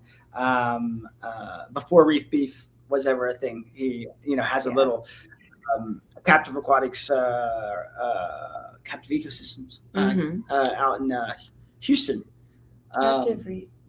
Captive, yeah. I don't know. I can't remember the exact name. I mean, it's one of those captive companies. So Well, and one of my favorite episodes of Reef Beef is Ben talked about all the things he puts in everybody's tank, right? And I do a few maintenance tanks, so it was like really nice for me to hear all of the creatures that he puts in every tank because they're useful creatures. In fact, Evie, I think you did one like that too. I mean, those are some of the ones I marked off, and where you were talking about creatures that Oh yeah, in a lot of tanks and the worker fish that yeah. necessarily not have something to do. They're efficient. Yeah. So now if we get Ben to come, we'll have to have him do the part 2 of all his worker fish and creatures. Yeah, that would be keep our good. tanks clean. So yeah. we also does a bit. I saw his talk at Magna. The first time I saw him speak, and it was in Las Vegas when Magna came to Las Vegas. He did a speaking session on all the tips and tricks that help save. Wouldn't think of being a service coordinator, and running a service company. He has so many things that you wouldn't have thought of that really make your life easier in the hobby. And so, if you do bring him out, that would be something you could bring to pull from. That would be good. Yeah. All right. Awesome. Thank you guys so much for having me on. It was so good to talk to you. I'll see you and I'll see you in person. Yeah. All right. You will. Thank you, Brittany. Thank you very Take much. care. Bye. Let's see here. So Chuck is supposed to be next. Chuck is next. He's Chuck, previously of JBJ, now with Higer. He's a super nice guy. Comes to every single show. It'd be fun to have him on. We get like 3 minutes to hang out. Maybe we could read the comments and see if anybody's asking questions. I don't know. I haven't seen any. Let's see here. Someone said hi, Tommy. That was me because it's reef tail therapy. He was on with us when we did our live. Oh, okay. Last week. Okay. Yep. On TikTok. On TikTok. Yes. When we did our live on TikTok. Well, not our live. Another live. Yeah. We were on a different One of live. the lives. Yes. We're just going live. Yeah, we do a lot of lives now. All right. Slowly we're living live on the live platforms. Well, Chuck is next. And then who's after that? So you've got after Chuck coming. it's Tia. Tia's been in on kind of in the background the whole time. Yeah. I feel like she's creating something and we're going to experience whatever it is because she's literally been hanging out backstage since the get-go. I feel like she's made something.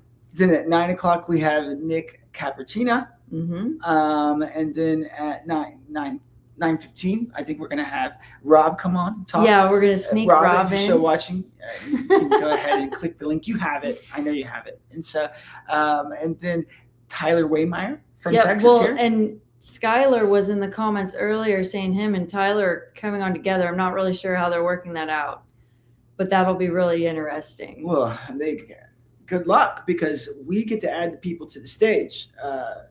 And what if they're just in the same spot? I doubt it. I mean, Tyler's only 30 minutes from us, and Skylar's all the way up in Utah. Well, you never know. These guys travel a lot. Yeah, maybe they're going to another event this weekend. Yeah. They're hanging out and having coffee or Kool-Aid or Yeah, Kool-Aid. And so, all right. Well, where is Chuck? Chuck is next. I don't know Chuck, where Chuck is. Do you have Chuck's cell number? I You might be able to text him. I know. Like, hey, Chuck, we're waiting on you. Chuck. All right. Well, then you talk about anything you want to talk about. I talk about anything I want to talk about. Yeah. Let's see here. I don't really know. I feel like my mind's just kind of reeling. I'm wrapping my head around like getting ready to prepare for all of the filming and stuff that's going to be going on at ReefStock. So like Sean's kind of alluded to, we're going to be doing lives. The reef therapies, more than likely during ReefStock, will be live through YouTube and Facebook right here, like we're doing it now. But I think that something that might be fun would be to do the booth lives on TikTok. So that would be interesting to go booth to booth. It'll also be easier to make it really quick and be able to hang out and kind of get behind the booth. I know that sometimes whenever I am talking with some of the other vendors and I'm at the booth, I do have to kind of get behind their tables and get that proper angle, being the person who's operating the camera or the phone. So I think I want to do the TikTok lives during ReefStock at the vendor booths, because I think that'll be a lot more interesting. Don't you think? I think that that'll be the first time that we do lives walking around. Mm-hmm. And so I'd love to run it through the same platform we're doing now, because they have a mobile version. Because this can stream to TikTok. But we just haven't hooked it up yet. You have to pull it up separately, but you can pull up. You can have it stream to TikTok, Facebook, Instagram. Okay. The whole nine. We're still learning all of our programs over here and how they all integrate together. JK says, call Chuck, Sean. I don't have his number. I messaged him on Facebook. Hey, but yeah, that's as far as I can go. Texting. Just a simple hey. I am talking to Sanjay right now and seeing if he wants to come. Oh yeah, Sanjay, just do an impromptu like Sanjay pull in. That would be fun.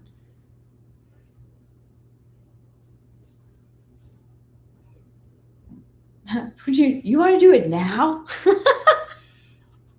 Sanjay's gonna get that and be like, "Why? Why does Sean like to torture me?" He's a speaker. He loves to just jump on. He knows what he's doing. He doesn't have to practice or warm up. You know. That's because Sanjay's fun. He's off the cuff. Yeah. He was hilarious in Las Vegas.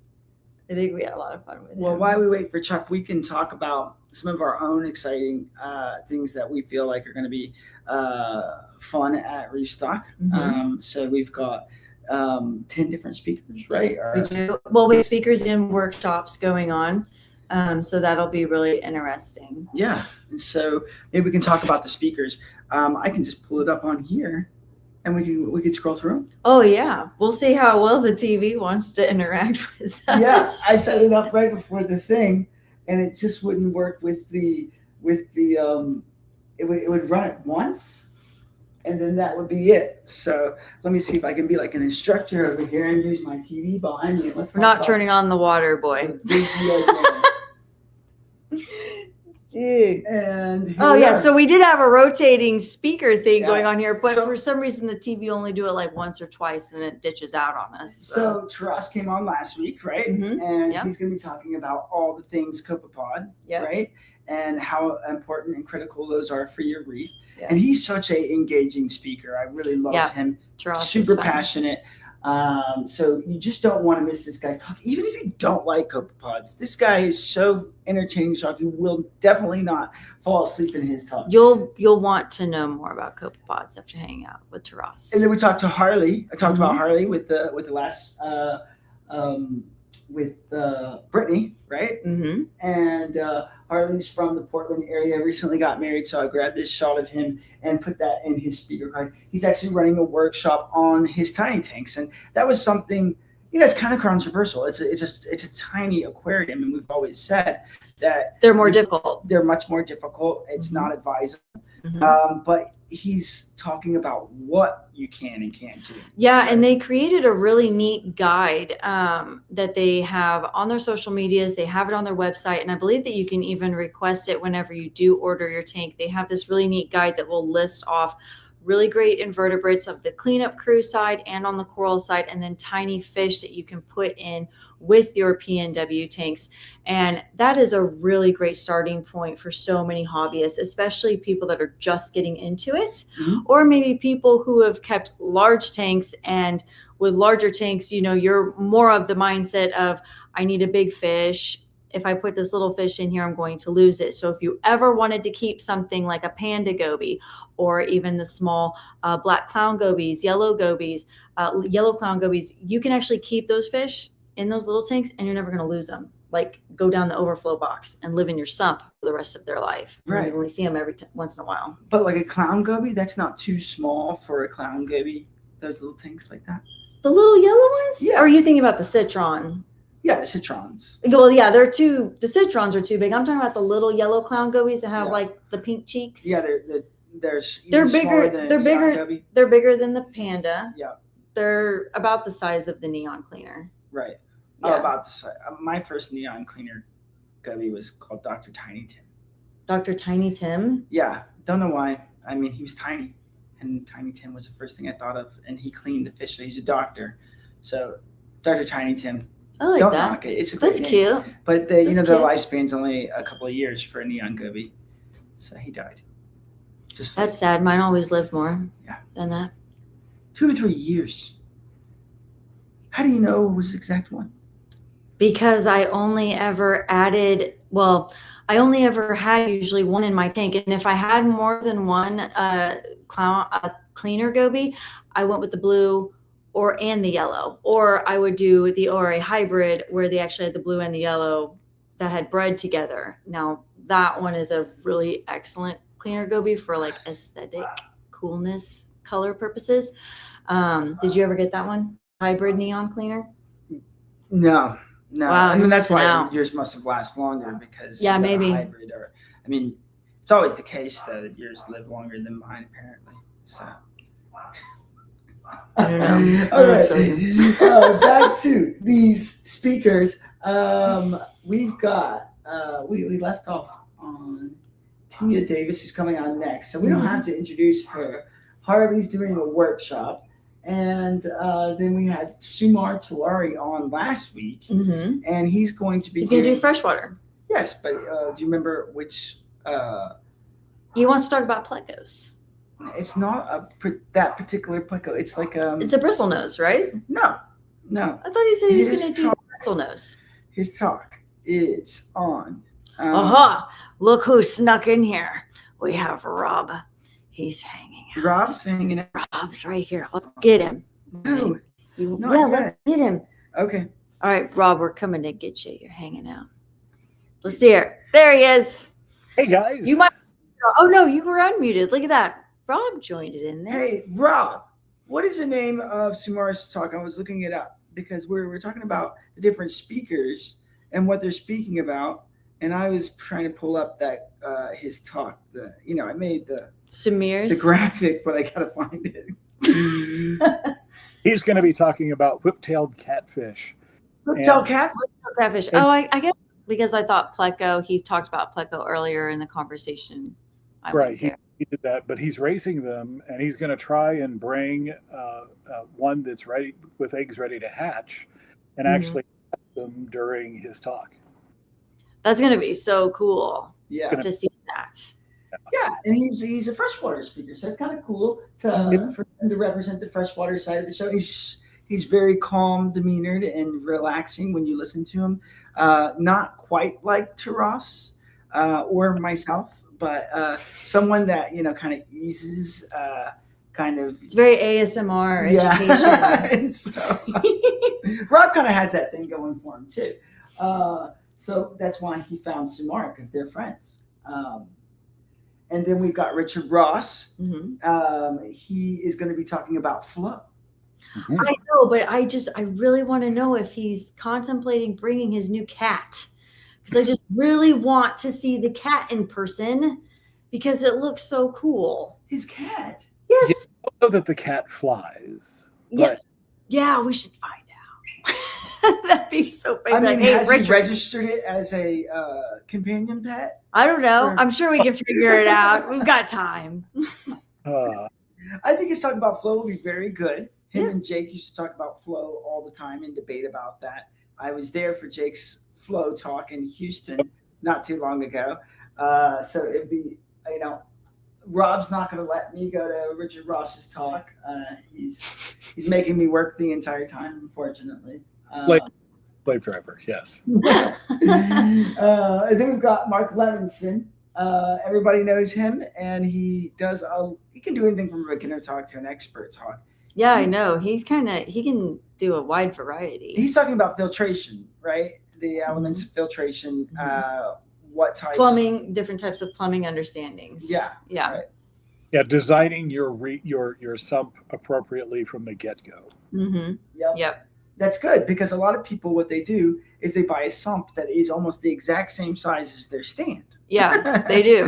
And they leave no room to work around it, and then it's almost miserable working on It does. It gets that way filtration. real quick, Because especially you have no room. Yeah. And you can't keep things organized because you went for the whole entire length of Yeah. your stand. Or, you just do the extreme side of the really big skimmer, and then you're trying to get the cup out.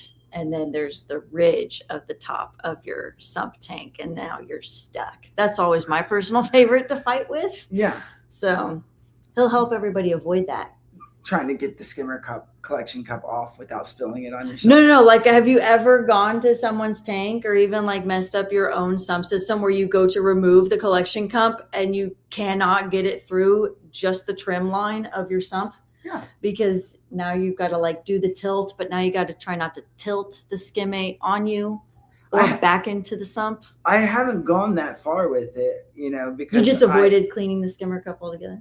Well, I put the drain. Yeah, you did the drain. They have a drain on the skimmer collection cup, so you yeah, don't have to you take can it off do too that. often. Yeah, but then you've got like the crud in there, dude. That's why you need to Clean skim. that.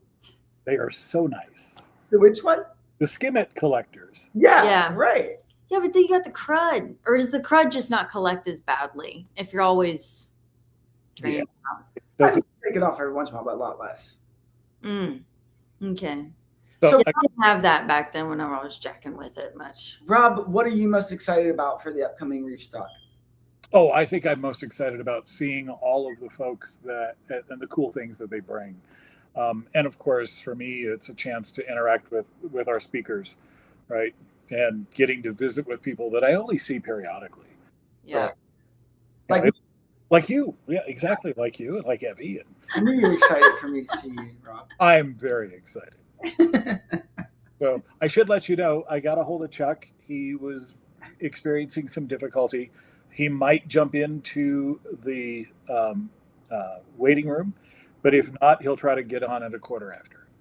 Okay. At a quarter after. Oh, so you're not coming on at 9:15 now? Well, I mean, He's on now. Yeah. Yeah. Oh, okay. I see it. Yeah. You have to sneak into a quick segment and dip. Yeah. Okay. All right. Well, what about Sarah Stevens? What do you have to say about that talk? Oh, that's going to be very fun. She's done some really cool things with the Florida Reef Track Project and treating diseases within corals, things that oftentimes we see as hobbyists that have no idea what to do. And she's going to be able to provide some information that can help us, right? When we see things that we might not know what they are, she can help us identify and treat. So that'll be very fun. Yeah. And she's over there local at the Butterfly Pavilion, and she helps with the Florida Reef Track Restoration Project and is big with that effort. And Yeah, she's even done on-site activities for that program, along with she has a tank there in the facility that she cares for that people can go and visit and observe the corals and some of the specimens that they're trying to save. And she used one of Julian's products to save like thousands of corals right She there in the reef because they were dying and they pulled them out, and she knew to use one of Julian's products who got it to her quickly. Yes. And it was a nice success story. So if you see her at the show, you can ask her about that. And it's a good testament to Julian's Two Little Fishies products.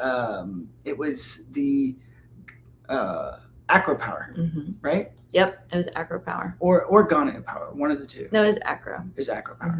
So The amino acid components that were in Acro Power. Yeah. Yeah. So I put a post up today on the site about one of his other products, which is his new worm food, or the worms. That's right, polychaete worm. Yeah. Yeah, that is so neat because he was just starting to tinker with that last year, right? So yeah, I want to see that in person. I'm very curious. Well, I teased him that the packaging is gorgeous. Mm-hmm. It's not so pretty when you take the lid off, but the fish love it. They look a little odd, but the critters are happy. Do they look odd? That's why I want to see it, because I'm like, I'm just not familiar with any types of like worms that you would typically feed to saltwater fish. We've got to get quicker with this new live stream software where we can just pop it up on the screen and we can all take a look at what this new product looks like and show a sneak peek. Yeah. Rob, are you writing an article about it? Yes, it was published today. Oh, was it today? Yeah, that's what he just said. Okay. Just seeing if you were paying attention, Evie. Yeah, I was. You know, I can't do anything with her. You know. Oh, anyway. You know, you need a different straight person. That's all there is. Gotta have. It's the other way around. I'm not. All right. Well, Rob, on that note, we're going to kick you off because we've got someone else that we want to talk to. We got Tia Davis. Or do you want to stay on and talk with Tia? All right. All right.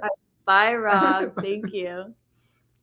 All right, Tia. She's been hanging out with us all evening backstage. It's like a backstage pass you got there, just hanging out. Yeah. I just got back from the airport at 1, so we decided to come back early. So I was like, as soon as I came home, I was like, I'm going to log on the live stream because the second it's over, I'm going to sleep. Like 36-hour flight was not for me. Yeah, because you just came back, right? Yeah. Oh my God. My flight got delayed. It was a whole thing. So. Your flight got delayed? Oh no. Yeah. Yeah. It was rough. It was rough. But I got to hang out at a different place. I don't remember where it was, but I'm very tired. Oh my gosh. Well, but how are you doing other than jet lag and a delayed flight and all that fun? Oh, so excited. I took so many pictures and videos and wrote up little nutrition articles. I'm supposed to be talking to Jake Phillips with Biota and working with 52 weeks of breeding on that. Mm-hmm. So I'm excited to have gone to David Day's and now this facility, and they're both working on Peacekeeper maroons. So the genetics is really cool. So I'm all geeked out about that. And my sourdough lived, which was my biggest. Nice. And this was the trip that you were thinking about flying directly to Denver from, right? I'm glad I did not do that. I'm glad you guys talked me out of it. Evan did not try to talk you out of it. Now, I did. I remember that. I know you've done reef therapy, ladies takeover stuff for you, so y'all have a special relationship, but it was really me who tried to do that for you. I ate algae with her, okay? Speaking of which, so you remember how I said my sourdough lived? Yeah. This is my blue hypnea sourdough.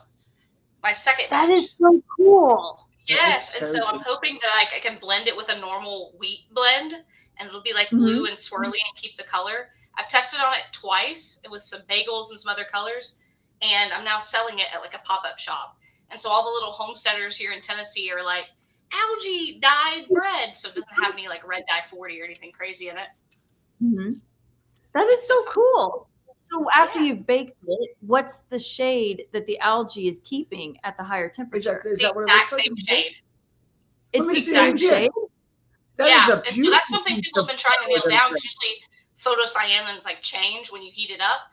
But I think since it's in an astaxanthin, like since it's oil based, I don't quite understand why it works. I just kind of did it on a whim. I didn't extract off all the oil in the ethanol extract. And so I was like, let's try it. And then I put it back in the oil because it worked so well. So now I think I've kind of nailed it down. I got it into like an oily powder. And so I sell it in like these little envelopes. And so people have been trying it. It's been sticking. So that's a really cool thing I'll be able to share. Yeah. Yeah. My favorite color. Dude, that is cool. I honestly think that probably would sell it really well. You've been eating it. I just noticed my tongue's blue. I just had to try it. The sourdough. That's awesome. You would get caught if that wasn't yours to begin with. That is so cool. Okay, so now that you're doing something like that, you're definitely broadening so much of the education aspect on consumption of algae in food, beauty products, stuff like that.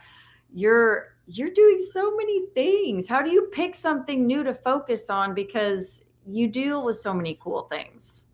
It just kind of is like it all leads back to nutrition for me, because that's my focus is on nutritional embryology and breeding fish. So whenever we figured out how to nail down how to grow it, what species do well, whenever I had the algae farm, it's like now we kind of understand what it eats, how it works, what these components are that it thrives with. Then it's a matter of, well, what do these components do? How can we extract it off? How can we concentrate it, make it bioavailable to humans?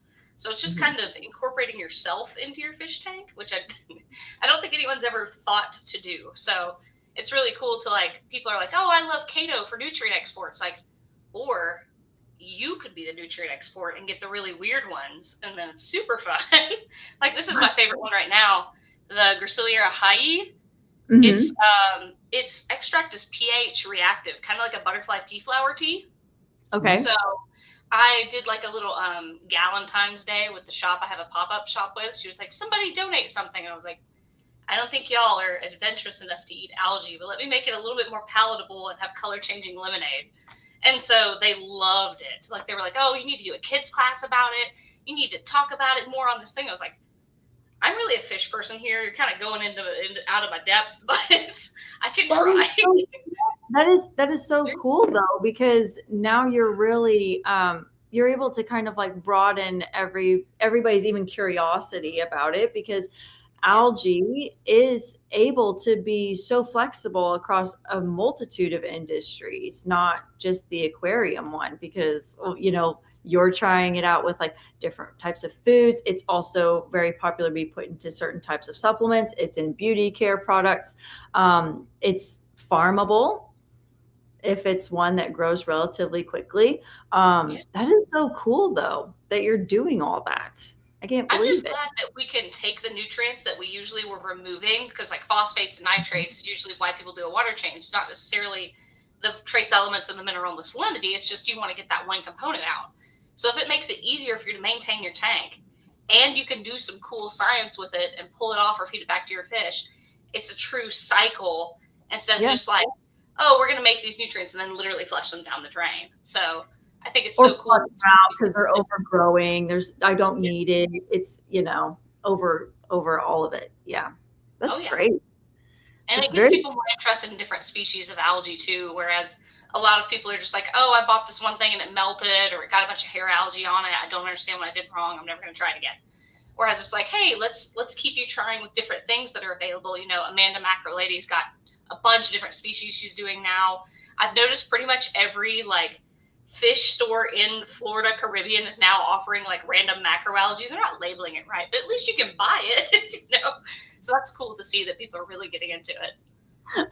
Okay, everybody, get better at your labeling. Tia says you're not doing a good job. You're the secret shopper for the the algae world, and when you get it wrong, you can call them out. You just need a little notepad, just be like, hey, that algae, go relabel it. It's this.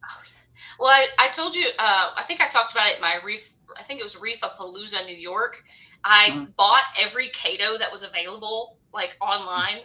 And I got them all in and then genetic tested them, PCR tested them. And only 7 of them were actually Kato, because there's 15 different species of Kato.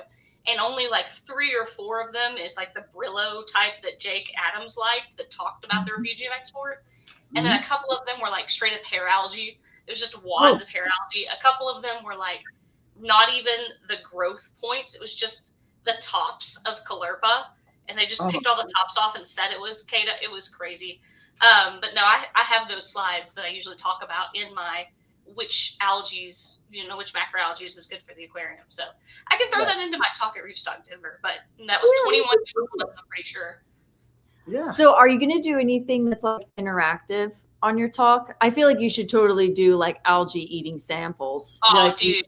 I just want fun. Let's see if I can get it through the airport. I've had so many issues getting algae through the airport. I swear Really? I'm like on a list or something. Like they search me now. Oh But yeah, you're last on a time I list. tried to bring some through to Reef Palooza, New York, and like they held me, like they pulled me into a room and like they went through all of them. I had to explain what they all were, had to talk about if they were invasive or not. And I'm like, none of these are gonna be invasive in New York right now. It's too cold. So, but no, Try there's to a whole get- thing. I'm like kind of freaked out, but I'll see what I can sneak on. You should try to get magnesium sulfate through the airport. Oh. When I was with my last company over at Fritz, we had the bulk chem line, right? So we had mag chloride, mag sulfate, and the mag sulfate is the really, fine powder. And I had all of them in my. It was my very first ReefStock that I went to, actually. I was very nervous about shipping everything, so I loaded everything into a big check bag. And in that experience, one of the jars exploded, and I had a tag on my bag saying that we've checked your bag because there's apparently white powder coming out of the bag. And so I swear for the next 3 years, I was pulled aside to randomly get checked on every time I visited the airport. Yeah, that's And real. so- They do that. I swear, it's like every time I go through TSA, they'll let me through and then pull me back, and I'm like, ah, every time. We were in our trip to England, right? They pulled me aside for a couple of hours. Yeah, they pulled you aside for that, but it's because and I contemplated whether or not you should have done this and I should have said something, but you took your backpack to like the pool. We took the kids swimming and he took his work backpack to the pool. And so it had the chloramines and everything in the fabric because he stuffed the swimsuits back in there.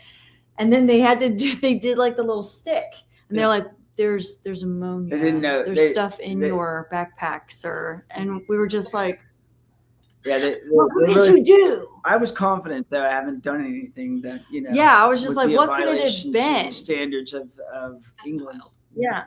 But then I was like, oh, it's the pool. It's the pool chemicals. It's all of that stuff. So if you have a backpack that you like to take to the airport, don't take it to the pool also because that will slow you down. Well, international for sure. Yeah. Because that's where I got pulled aside. But yeah, sorry, I distracted the whole thing. Very relevant. I'm always like super weird about shipping and traveling with it. And people are like, oh, can you bring it when you come? I'm like, no, call Amanda. So what are you most excited about for ReefStock this coming weekend? I've never been this far west. So my fiance is coming. He invited himself. And he's like, I want to go see Denver. I've got friends out there. There's this I want to go see. There's apparently one of his properties at his work he's going to go look at. And so I'm excited for him to experience Denver. Because usually whenever he's an accountant. I'm a marine biologist. And he just kind of tolerates the animals and the seaweed in the kitchen. And so when he's really interested on a trip, I'm like, yay. So I'm excited for that. But also I'm super excited for the show. I get to see everybody. And I'm really excited for Terrace's talk, especially after we just had him on. So excited about copepods all the time. The whip-tailed catfish sounded really cool. I don't do freshwater, but that sounds awesome. Yeah, I mean, he just talks well too. And so if you just wanted to go in there and just relax for a little bit and be like, switching on some ASMR and it's about, content that you'd like to hear about, like fish. And I think you can't lose with Sumar's talk. Yeah. That's awesome. It'll be neat. Plus, those are great for the type of freshwater aquariums, like the aquascaped ones and stuff like that. Mm-hmm. If you haven't done your own freshwater aquascape, Tia, you got to. For some reason, I say this and people look at me like I've been saying, freshwater to me is hard. Like I'm an over lover. I always have to like touch it and measure it and like I can't leave it alone. So freshwater is really hard for me unless it's a pond that's like physically away from me. Or an axolotl where it's cold water. For some reason, I can do that. But like tropical freshwater, for some reason, just doesn't agree with me. I cannot keep them. Don't understand. You can do all the things in I feel saltwater. like she needs more of like aquascaping, like something that actually does require you to get in, trim, and all that. I think you would do well with that because that does require a good amount of tinkering. Yeah, I think that. Maybe if I did like the CO2 injection, like that made it really complicated, maybe it'd live. Yeah. And so. That'll be fun. So you're going to try to bring the blue bread. I'll try to bring some blue bread. I'll bring some. I'll see if I can sneak on some bubble callirpa or the grape callirpa, like dried. because you can rehydrate it. And so maybe if it's packaged, they won't question it so much. I don't know. What else? What else do you want me to bring? No seahorses. I'm not bringing the seahorses again. That was hard.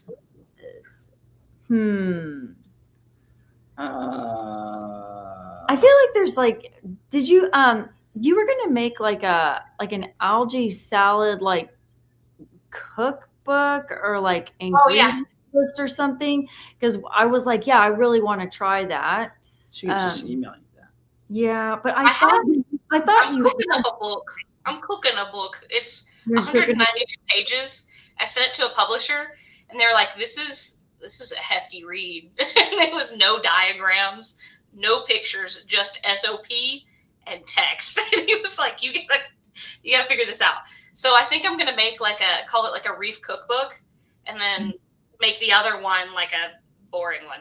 So I'll hope to have a simplified and then a secondary, or else it would already be released. So with pictures and testimonials. Yeah, an illustrator that likes to draw, like 6-year-old daughter loves to draw. She'd probably draw for you. Yeah. There we go. Somebody was like, just AI the images, and I was like, kind of goes against the closed loop seaweed regenerative.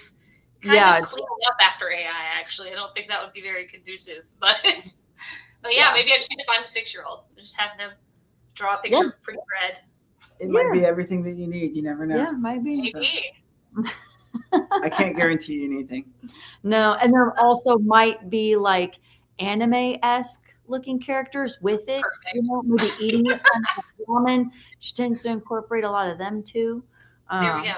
Really great art. There you go. Sounds perfect to me. It's better than SOP text and ethanol reagents and using Gringard, and that's boring. Give me the animated 6-year-old drawings. Joshua Allen says, I want to try the blue bread. I know that blue bread looks cool. I'm excited to try it. This is an experiment right here. This is the first true. I use just flour, water, oil extract. I didn't add salt or sugar or anything. So I am curious on the flavor. It bloomed and everything while you were gone. This is the rise. This was just 500 grams of wheat and 3/4 cup active starter and 0.4 grams, because this is about 1 kilogram with rise of dye. And that's huge. It started off like nothing. So Tia, I heard you say that you can't wait to try it either yet. It does look like you've already tried it. Because so I tried it raw. I just wanted to see what I couldn't wait. But that was about 6 hours ago, so slightly concerning. It's still around, but we'll find out. But no, I've mixed it with other stuff. Like I used a traditional sourdough with the salt, flour, let it rise, and then put the dye on the top. And Hillary Yaffe, when it was her 30th birthday, I brought the dyes, like the very first ones I made, which were a little bit crude, so they were super pigmented. I was putting them in everybody's food and drinks and stuff. She has used it in her sourdough, and she baked it and then decorated with it, and it kept the color. So this is a true just flour, water, algae. Let's see if it works. So that is so cool. Yeah, it'll be fun. So Sanjay said that he's going to come on in a few minutes. Okay. And so, did you send him a link? I did send him a link. Okay. Yeah. Cool. Well, we'll have a surprise Sanjay. And but for now, it's time to talk to Nick Capricina, who hasn't showed up. I know. Waiting on Nick. Who is this Nick Capricina? I gotta look him up. What company is that? I don't know. It does not say. It should say it inside the thing. Oh, SpectraPure. Oh, SpectraPure. It's Nick. Yeah. Okay. Sometimes we only know everybody by first name and company, not necessarily y'all's last name. So we could talk about, in the meantime, now we have Tia on here, is when the Reef Therapy Ladies Takeovers are going to I knew he was going to do that. Because now that you have the live streaming platform, it's a lot easier. You can get everybody to just tune in live. Well, and Tia's on TikTok. I am. I can drag her right in there. We shouldn't just be on I'm feral. I don't know if you want that associated. I'm out there climbing in the swamp and finding doll arms. And I don't know if you want all that on your reef page, but I'll make an aquarium one that's a little bit more contained, if you want. I have a ton of followers though, so it's working. I'm just out part here. of your personality, right? So, I mean, I don't know. Can't knock everybody for their cool stuff. We all are doing things outside of the aquarium industry. Like, let's all be real here. Oh, Tia's doing sourdough algae bread. Well, I'm retired now. I'm going all in on just doing whatever I want. So this is fun. There you go. It makes it easier to film Brief Ladies Takeover. So I know. Yeah.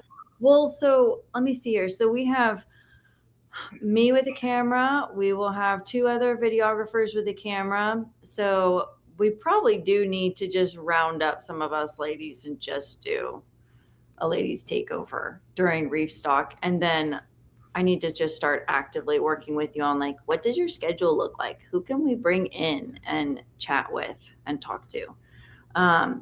Because people are really excited about Yeah, it. they do. Like People do miss the ladies takeovers. And now that you kind of have the software worked out with the live stream, you can just bring these on, do it live. You know, the recorded part. I know. That'll be even crazier. Just so y'all know, the ladies takeovers actually usually did need just a little bit of editing.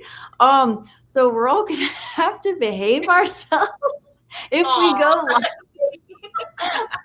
Because we did have to have editing, okay? I don't remember everything we always had to do, but we always did have to have editing. So, well, you'll get used to it. Yeah, we'll get used to it. If not, it'll just, be a really cool dumpster fire that everybody can sit there and observe. It'll be great. Just, don't let it be that.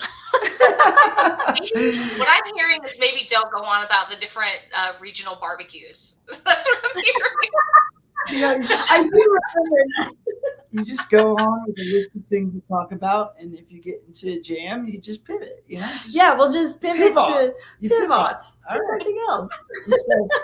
Okay, well, we'll figure that out, Tia. That's our mission next weekend. We have to figure our stuff out. I've just got Sanjay coming into the waiting room. Tia, thank you for coming on again, and we'll see you. I'm glad that you went home before you came to Denver. It sounds like it's going to be a completely different you when you get there now, because you'll have all the rest in the world that you need when you get there. So.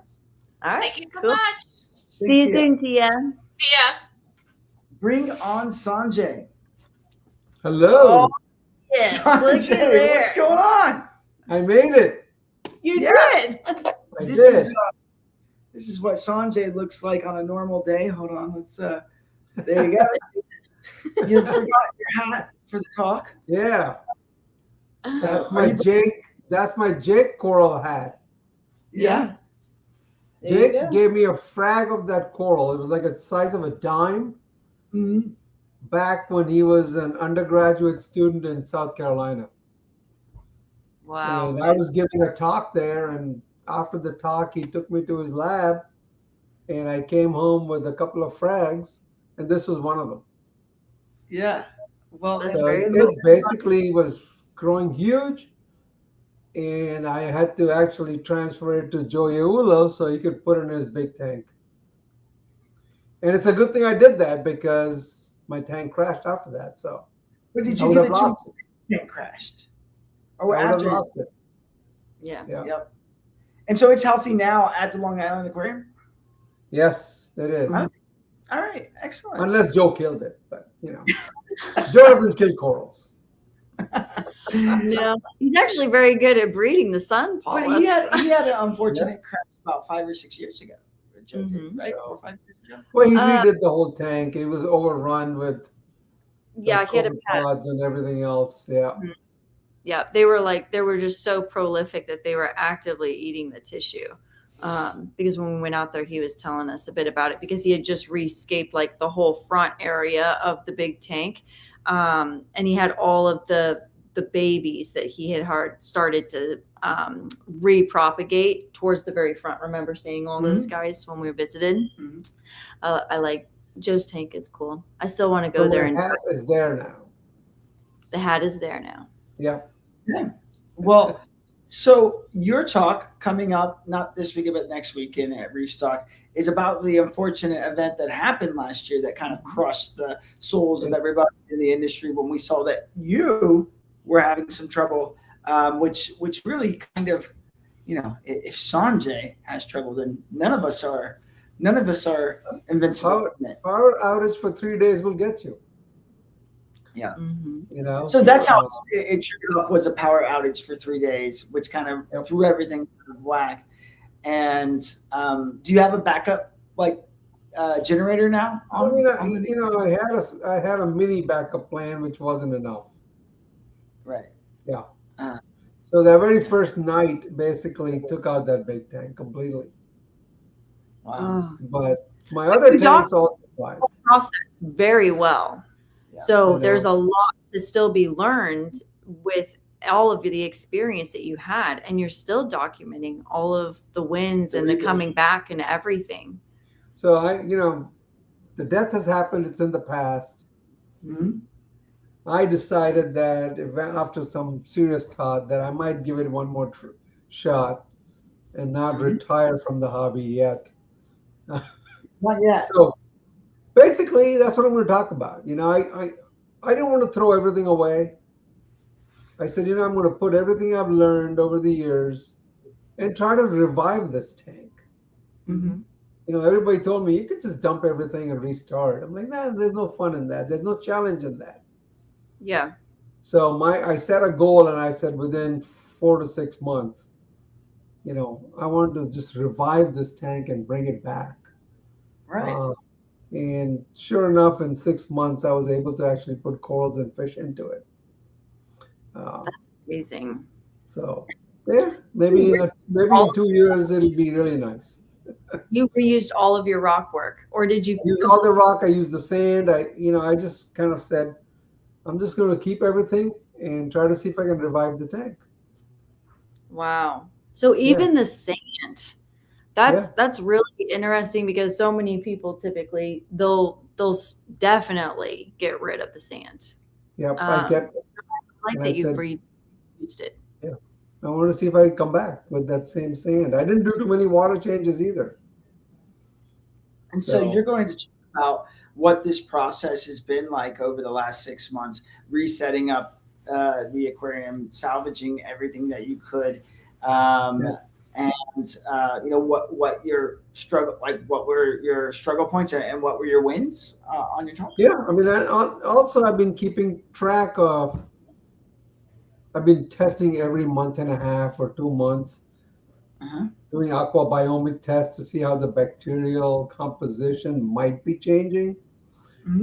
So I've got all that kind of data that I collected on it. I was able to bring down the nitrates from like 90 parts per million all the way down to 0. Right. So how I did some of those things. Yeah. Same thing with the phosphates. So it was fun. Got a chance to really put everything I've learned and said, you know what? I'm going to throw everything I know at it and see if I can do it. Well, I love that. I really do. That would be a very good, I was talking with Salem, because it happened when Salem was doing a lot of the videos for Reef Builders. Yeah. And I wanted to send him to you, right after it happened, so that way he could come out and, help with, kind of the cleanup and starting the process for recovery. And for some reason it didn't work out, but I really feel like that would have been something that not that it would be fun for Sanjay to have somebody there witnessing the situation or documenting it, but it would honestly be something very education worthy to, these types of crashes happen, and people want to be able to look to an industry leader or an educator to kind of guide them through it. And so that would have been a great piece to do. Unfortunately, we didn't get that, but this would be I'm doing it. Yeah, Sanjay's been doing it. Yeah, you've been doing it. Doing it too, like videoing all of it? Well, not all of it, but I'm documenting what I did, and the results and the progression. Yeah. Yeah. So that'd be good. Well, definitely. I mean, you could let us know however would share that information that you're putting together for the community. Yeah, that's why I'm giving these talks, right? So I can share it with people. Yeah, exactly. So y'all gotta come to ReefStock, or else could miss out on really valuable information. This is going to be a good talk. It's going to be a good is. talk. Kind of emotional, I bet. Yeah. We might even see It Sanjay. is. Like Sanjay's probably going to cry in this talk. Guaranteed. I know I was very The sad. crying is done. It was done last year. But I'm excited to see the resurrection, because I feel like sometimes you get to kind of correct or tweak some of the little things that maybe bugged you about the original setup. Now you didn't maybe like that or this, and now you get to I kept most of it. I didn't do too many changes to the physical part of it. Right. Yeah.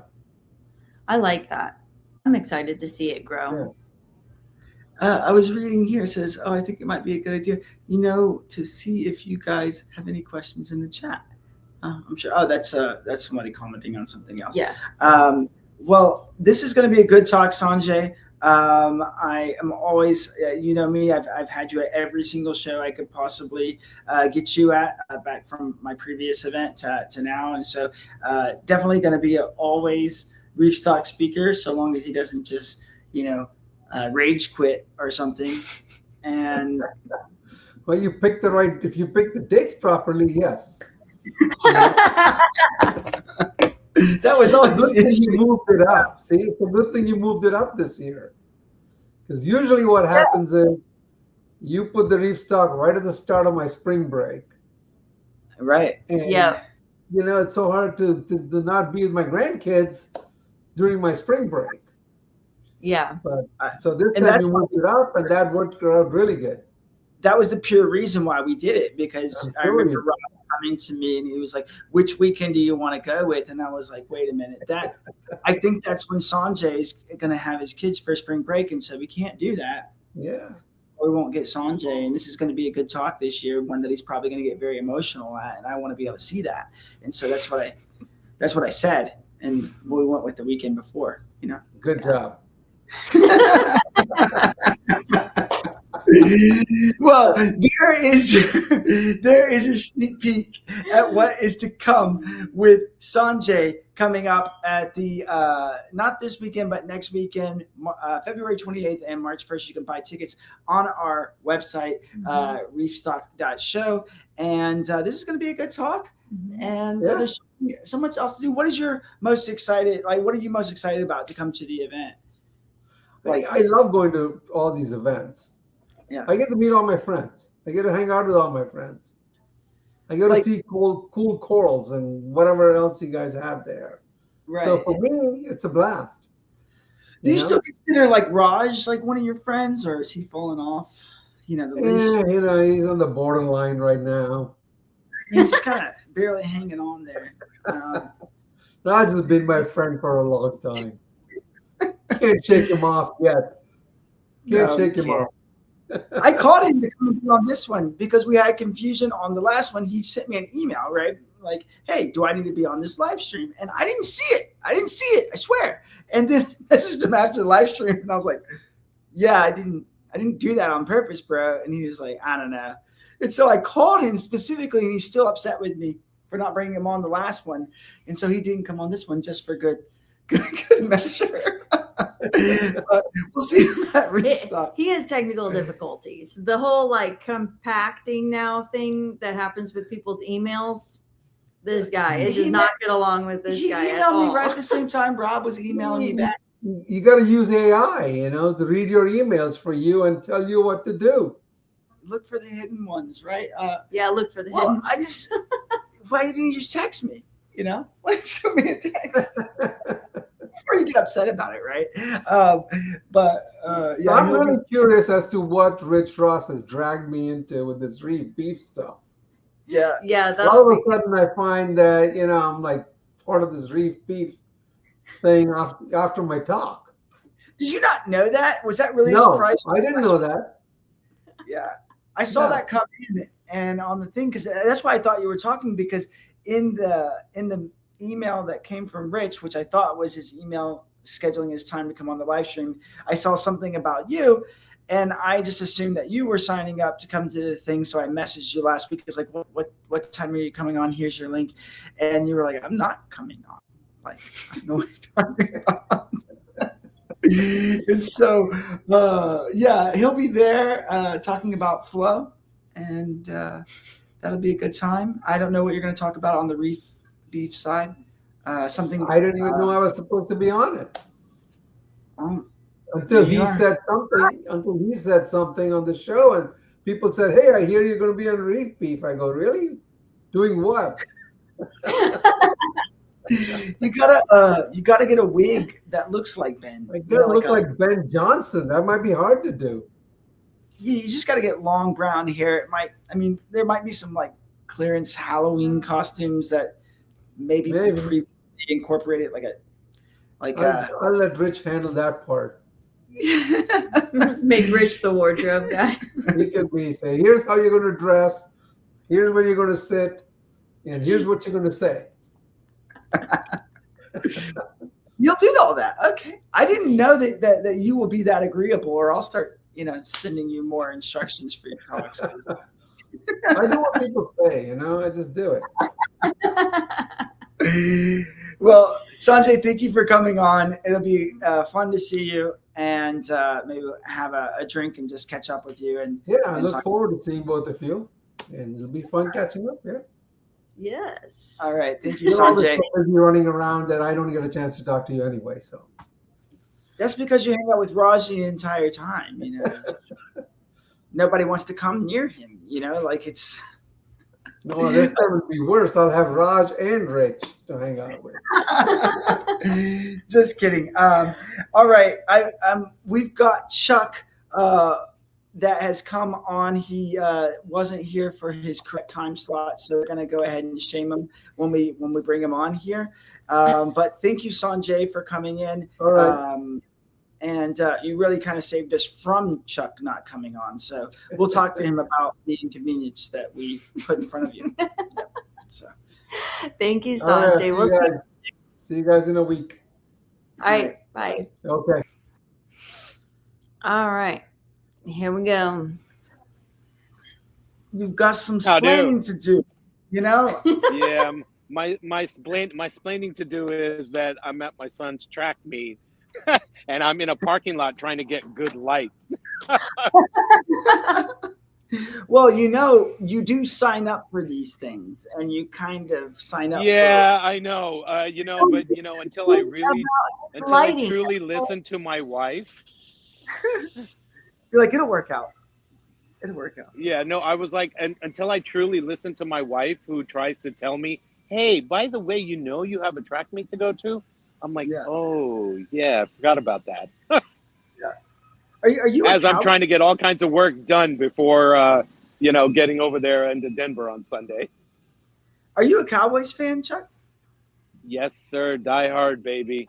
See that.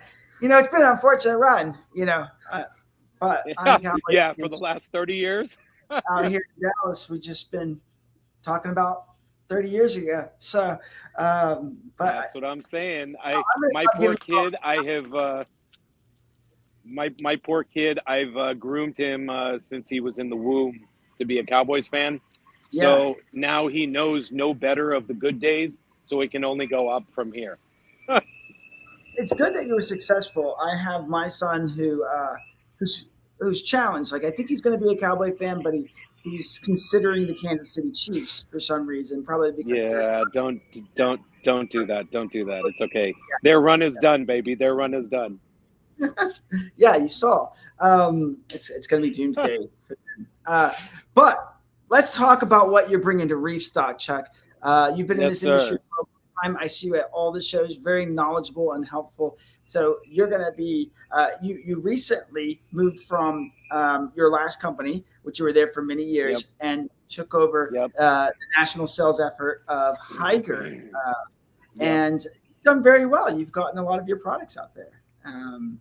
Yeah, the spread has been quite good. We've gotten ourselves in and through around the country, and working with several distributors around the country. And we feel like we've regionally at least covered all the areas. and then we'll kind of let the big boys fight for their own stuff. But I've always had a keen interest in working with all the regional distributors. They tend to have the best relationships with all of their customers, and I feel like it becomes a lot more fruitful that way. Right.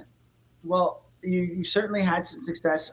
Very happy to see that going on for you. And thank you.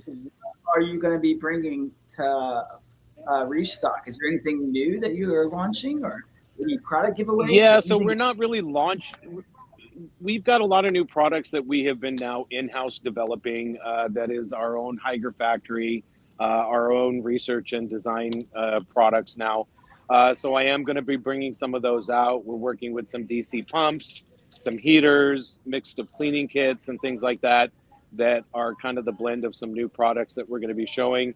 I've got a heater / wave maker combo, which is something new and a little different.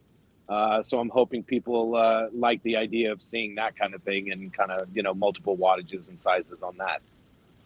That's cool. That's good. That's good. Heaters are always a tough one for manufacturers to get into. Like it's a tough game, yes.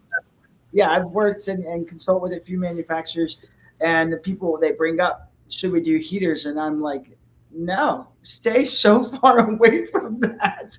That sounds like a nightmare. But kudos to you for having the confidence to do so. But heaters are a scary thing to manufacture and have the responsibility and liability of to provide to the home aquarium. Would you say? Yeah, heaters a very tough kind of game to be in. The company's been doing it for the last 7 to 10 years.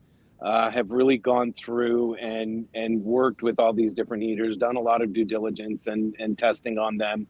We've been confident with the products that we do have in that space. And even for one thing for me, like I've always said, people want to go in for 800 watt, 1000 watt, 1200 watt heaters. I'm like, no, man. I'm like, the higher wattage you go, the more dangerous potentially it is.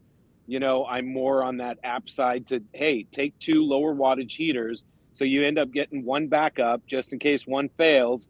And, you kind of reduce the load and you don't have to put so much onto a particular tank and really increase the load there. Right. And then just having some sort of, option to have a controller that would shut it off if it for some reason got stuck on, because it either can malfunction and not what it's supposed to, or it can get stuck on and just cook everything. But you can limit that by having a controller that shuts off that plug outlet if it right. And every one of our heaters that we have essentially have controllers to them. We don't do just element onlys at all. Most everything comes with a controller. They all have a power safe shut off type of thing, and really kind of do their best to protect, the environment and protect your tank. I mean, that's the most important thing for what everybody's looking for.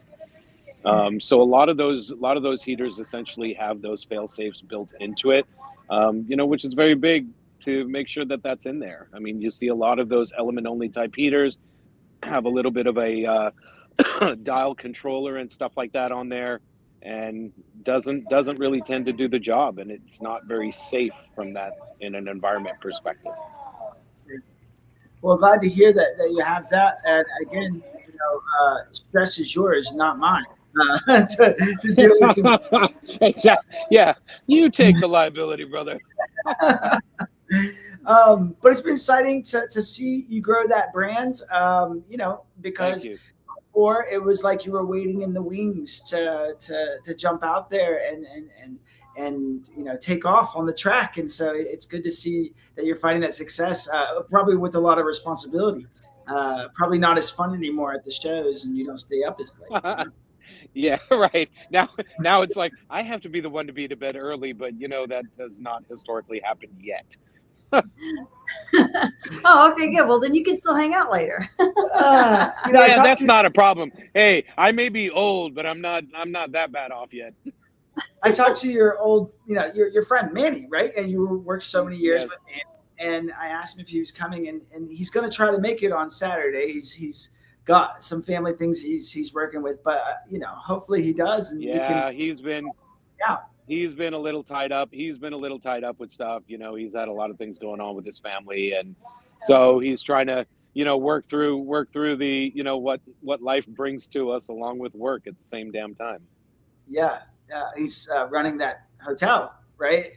So he's got double the amount of work right now. But I think we're gonna get him there. Yeah, he's got his hands dipped. Got his hands dipped everywhere, which is nice. I worked on him for an hour and 40 minutes just the other day, just talking to him and convincing him that he should just fly in on Saturday morning and go home on Monday morning, you know? And so there you go. That's impressive, though. That's impressive to keep him on the phone for an hour and 40 minutes. He doesn't have the patience for that. Well, he likes me, Chuck. Like, he likes. Just kidding, Chuck. So is there anything else? Okay, we got heaters. We've got wave makers, right? What else? Yeah. So the basic kind of blend of what we look at when it comes to the Higer brand is we've got lighting, we've got the heaters, we've got filtration, wave makers for the water movement. We do deal with a lot of cleaning products, water changers, 25, 33, 49-foot water changers. We're also dealing with a lot of now the start of CO2 products. And we're moving a little bit into the reptiles with Higer Zoo. And we're bringing out a few little reptile products as well. So there's a big combination now of a variety of kind of aquatics and aquatics related, essentially. And, you know, there seems to tend to be a lot of reptile people that are involved in aquatics and vice versa. So we're trying to, you know, kind of get our feet wet into a few of those areas as well. And I think it's been kind of a nice blend, but the overall package of aquatic stuff when it comes to most of the Higer stuff, the lighting is on point. It's very, you know, cost conscious for most people. And the quality of what you're getting in the lighting is very high. We have a lot of our fish only customers for saltwater, since I know we're going into ReefStock and it's heavy saltwater, but you know, you guys have done wonders in bringing more freshwater to the show. But a lot of the fish only tanks for saltwater are using our freshwater lighting because of the varied colors and diodes that are in the LED lights. They're super bringing out the fish colors and making them a lot brighter in what you see in your tank. Well, and that has been something that's been a good revelation there. Yes, Tia actually commented on that. Who was just on before you, or two spots before you. Said, I am obsessed with the Higer freshwater planted LED lights for macroalgae growing. And she says that she has like 24 of them. And so I mean, it's crazy. Yeah, it's crazy. Once people are kind of hooked into the lights and they're very comfortable with them, they've been very good for the plant growth as well, obviously, because of the freshwater kind of base that we work with. But, you know, I was talking to somebody at one of the shows, one of the consumer shows, and they were like, well, I've got 50 tanks at home and 49 of them have the Higer lights and heaters on them. I'm like, well, what about the 50th? He goes, it's a saltwater tank. I said, well, hey, we got that covered too now. You can get saltwater lighting and you got titanium heaters. So we got you covered. Let's make it 50 for 50. There you go. Well, it sounds like Higer's keeping you well equipped to have things to talk about and offer to the stores, to the distribution companies, to the hobbyists. And so, it is unfortunately time to jump to the next. But you have no problem. Your son's track meet anyways. So yeah, he got his 3 races done and I'm like, okay, I'm running out. Okay. Well, and of course the alarm's going off next to me here. Anyway, I'm looking forward to seeing everybody at ReefStock, and it's going to be a great, fantastic, wonderful, amazing show. So come on down. Sounds good. All right. Thanks, Chuck. Have a good one. We'll see you next week. All right. We'll see you guys we'll see you in a few days. Bye. Let's bring on Tyler. I have to remove him. Get out of here. All right. Tyler. Oh, what's going on? Did I make the guest list? Is this where the party's at? Yeah, this is it. This is it. You know, we're so drinking. Are you drinking caffeine this late at night? I saw you. Oh man, you're worse than me. Both of you. I still have to get on the bike after this, you know, because I'm doing it religiously every day now because I started to get, you know, fat. I didn't want to get fat, so there you go. Why don't you just come down here? Let's go to the gym. Because you're like an hour away. And so no excuses, all right?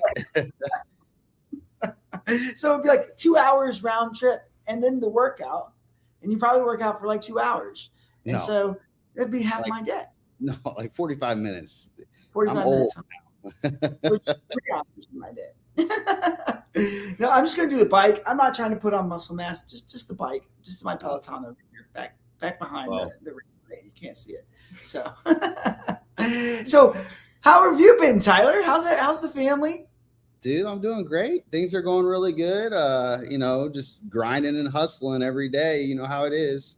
I actually just got done taking pictures, so it's nonstop. It's late nights. Nights. I see how much you load all the time. You're constantly. I have been getting to bed about 10 o'clock lately, 10:30 if I'm lucky. Really? So yeah. I have no shot at 10 o'clock. There's no possible way. No. I got to get on the bike at 5 a.m. So. That's the thing is you're doing it in the morning. Yeah, I'm doing it in the morning. And then I'm too energetic at night to even fall asleep.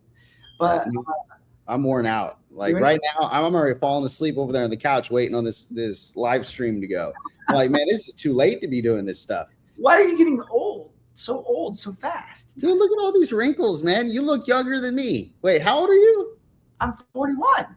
Oh, how old are you? And I'm, what am I now? At least 47. No, 47. No, I'm 34. I know, I'm kidding. Man, you hater. And all we're supposed to be talking about Coral here, and we're sitting here talking about the gym and getting old. And it wasn't because of how you look, Tyler. It's just because of how good you are at taking care of coral. Taking care of the coral. I go in at night and I feed my coral protein in the water. I give them their protein shake before we go to bed. You know, they're working out. I turn those wave pumps up all the way. They're getting their cardio. Dude, we got it dialed in around here. Music, you know. Yeah. Oh, and they get their creatine, which is Reef Legends Phyto. If you guys haven't checked that out, you need to go talk to my boy Skyler because he has the best Phyto. Those corals out there are pumped. All right. You know, there is a lot of people in the Phyto game now. I just want to tell you. Yeah, but there's only a certain amount of people that are actually good at it. Okay. Right. Okay. I mean, that is not my area of expertise as Phyto, so I really couldn't comment on which one is the best. I know that, you know, I can see the feedback. I can see what the industry is saying, what my peers and friends are saying about the different types. And so I haven't heard of Scott doing that, but hey, I mean, he seems like he would definitely care about doing it right, you know. Yeah. So, but just like the corals, you know, I tried to step back. I went really, really big, big. And then recently I've stepped back and I go, man, I'm going so big, I'm forgetting why I'm doing this. Yeah. So, you know, I closed the local store. I went online only so I can focus. I actually stopped doing services because I wanted to focus just on my corals and what I really love. And that's making corals more colorful, right? Right. So I also took a big step back on that because when you get so busy with everything else, then you start neglecting other things. Right. And coral should never be neglected. Right. No, I mean, they don't forgive or forget. They just. Yeah. I'm ready for ReefStock, man. It's my favorite show of the year. I do it every year. I know. You think I'm for a while. I've seen your coral. You grow an amazing coral. Your facility is very nice. You may not have a retail shop, but you still have a professional facility and you are growing a lot of coral. And I'm seeing that posted up all the time. You're constantly taking new pictures and shipping out stuff. Every time I call you, you are busy doing that. And so I know that you're going to be bringing a volume of good pieces to ReefStock Timber. Do you want to talk? If I have any left, I mean, I'm selling on the website so fast. Man, the auctions are hot, dude. Everybody is on our auctions, which if anybody's listening right now, go look at my auctions, a little cross promoting here. You need to see them. There's a bunch posted right now on aqua-vault.com. It's awesome stuff. So hopefully I'll have some to bring to ReefStock. I should, but well, if not, we'll just turn your booth into the party booth. Yeah. Well, no, I wasn't coming to ReefStock to sell. I was coming to buy stuff because there's so much awesome things at ReefStock. So I think Kevin himself said the same thing. He was like, I'm selling well online. I just want to come and buy stuff. Yeah. I'm just bringing coral so I can buy more coral. So you need to buy my coral so I can replace it with other coral.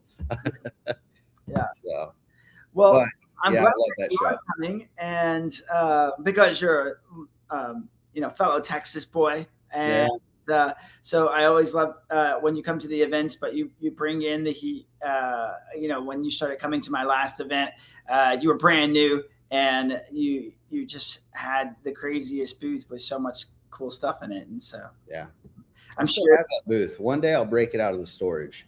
One day. Yeah, that one was that was for a 20 by 20 now, wasn't it? No, 20 by 10. Right. Yeah. I wanted to do the 20 by 20, but I never pulled the trigger. So at Aquashell, right? Yeah. And so okay. Well, yeah, but you were the platinum sponsor, right? I was gold. Almost platinum, but gold. Platinum, just right there. But hey, I hear gold's pretty valuable nowadays. So like actual gold? I don't know. Well, I saw something on my Facebook feed saying that they had figured out a way to like make their own gold. Oh gosh, yeah, I heard about that. I was like, oh well, that's not good. But what can you believe on Facebook nowadays? You can't really. So all the AI, everything, and they said there was no visible and understandable difference, right? And so, but again, it might not. Yeah, Chat GPT. How do you grow coral? You buy from AquaVault. Oh, just call Tyler. We're gonna go ahead and put your cell phone number down at the bottom of the screen. I mean, go for it. Everybody has it. So I mean, I text every single customer that orders from me. I text personally. So it's okay. We'll bother you. You'd be the first I person. get messages in the middle of the night. I mean, it's on the nightstand. Sometimes I'll respond at 2 a.m. My wife's like, what are you doing? Who are you? I'm like, don't worry about it. And it's just another customer. Well, poor Megan. Yeah. I'm super glad you're coming. We know you're going to bring the heat. You better save some of those pieces that you're selling online so that you back what I'm saying and have some really cool stuff at the show, because I'm going to be coming to the booths and filming, and I'm going to be running that live this time. And so I've already started releasing some of the videos that I took from Vegas, because it took me a while to get those edited. So I have like 7 or 8 of those. Yours is coming soon, but we're going to run that live when we do the event. So you're going to have to represent. If a lot of your business is online, you're going to want to put your best stuff on there when we do the live stream coming by. So you have to save. Hey, I'm bringing the best stuff. It's right here. Put me, you on camera, and that's how we're going to roll. I don't know. I'm working on it, Tyler. Oh, okay. But maybe we can do like a little arm wrestling contest or something live. Yeah. I just save you the time and just go ahead and admit defeat. I see it's okay. I think I lost like 4 years ago to Coral King, so yeah, it made me go back to the gym. Actually, it just hurt my feelings. It's because you used to be a gym nut. I saw all the pictures. Like, God, look at this guy. And then you're like, okay, I'm done. And you stayed far away from it. And then you got back into it and got in shape again. And now coral, I learned that owning a business, everyone thinks that owning a coral business is like the coolest, easiest thing. Well, I'm going to tell you guys, it is awesome because you love it. But it made me go back to the gym because I got unhealthy because of it. So, you're really working long hours and just eating as fast as you can, and so you don't take the time to make something good and nice, and then you skip your workouts because you're having to work instead. And so I can completely understand that. And I don't even run a coral business. I just talk about coral. When there's something wrong with the water, doesn't matter what time it is. If it's in the middle of the night, you're up fixing that water, because you're not taking care of coral, you're taking care of the water, and the coral just happens to live in it, and you want to keep it alive. Well, you're doing a very good job of that, Tyler. I'm super excited to have you at the event, like I said, and bring your A game. And maybe if you sell out of everything so quickly, you can just come up and get on the reef therapy booth with me and we can talk. We can do the reef. I can't talk. We can do the reef therapy. We can do that for sure. But even if I sell out of everything, I'm going to restock the whole booth with everybody else's stuff that I'm taking home. So, you know. So that was funny because I flew Kevin in to the show last year because we were talking about he was helping out with some things for the show, and we were talking about some other things we were working on. And he the first thing he does when he gets there, I think he's going to sit down and hang out for a bit, but he goes straight into the coral room. He's like, "Man, I can't shopping do that right now." It's either Kevin or Brandon, one of those two, or they're with their flashlights shopping. Yeah, he was all serious, and so yeah. I'm not sure if he's coming this year, but I've been trying to convince him to, so we'll see. No, he doesn't have to come. That leaves stuff for us to buy. You're right. Okay, so I won't convince him to come. You get there, you get your coral, and then you can come on Reef Therapy. We'll talk shop about coral. Okay? All right. Sounds good, man. All right. Well, we are going to let you off and say hi to your friend. Unless you really wanted to do Skylar. Oh, wait. Did you want to come up with Skylar? I just warmed it up for Skylar. Oh, okay. He's got a big game to follow. Yeah. Well, let's just bring him on. Let's just bring him on. Hey, where's he at? I'm right here. Hello. Yeah. Let's go, Tyler. Let's go. I got my camera on backwards. What are you drinking? He's drinking. The only thing. Oh. No, it's just tea, but it's liquid death, man. If we're going to do anything as a reefer, I thought you were drinking your Fido. Well, I could. You have some of my Fido too. Do you want to go on for a chugging contest right now? No, I already fed it all of the corals. They're good. They're pumped. Oh, come on, Tyler. Let's play. No. This is why we should have brought Skylar on at the very beginning, because he started it with that energy, right? Yes. Hey, you saved the best for last, guys. Let's be real. Yes. I came for the party. Skylar brought the party. That's right. Tyler, you need to be next to me at ReefStock. What are you doing together? I don't know what I'm doing with Fido. I like all the cool colors. If you can you see the colors on there very well? Yeah. So, as you know, going back to Aquashella Chicago the first time as a coral person, and now it's all phytoplankton, and bringing their arrangement of colors where you can see multiple different strains. This is my little Fido box. It was at ReefStock Denver last year, and it gives people the opportunity to see multiple strains and see the different colors, more than just a green or a yellow or a red. Well, there'll be a brown at Aquashella or ReefStock, and then Tiggeropods. Tiggeropods. So yeah, Tiggeropods. I'll have apopods there. You'll see a culturing kit. So anything to fuel your aquarium the natural way. Going back to the basic building blocks, you'll have a great speaker, Taras, there speaking about the basics of phytoplankton. One day, I'll be cool enough to be a speaker for you. There you go. I mean, if you keep it up. I think you need to put me and Skylar together on a stage. Ooh, that would be way too much entertainment for everybody there. We would have to charge a special admission to see us on stage. Only time will tell, guys. Tyler and Skylar bringing it hot. Hey, I gotta ask something though, Skylar. Since you're on here, the one question that every customer asks me, and I figure since we're live, you might as well just say it again. Can you briefly tell me what superpower each phytoplankton gives your corals? So color enhancements for reds and blues. This is fatty acids. So like clams, scholemias, different things. This will also help fuel your copepod and mysis and amphipod population is the isochrysis T. iso pavlova. There's 3 reds in my blend. There's 3 fatty acids. And then there's 6 greens.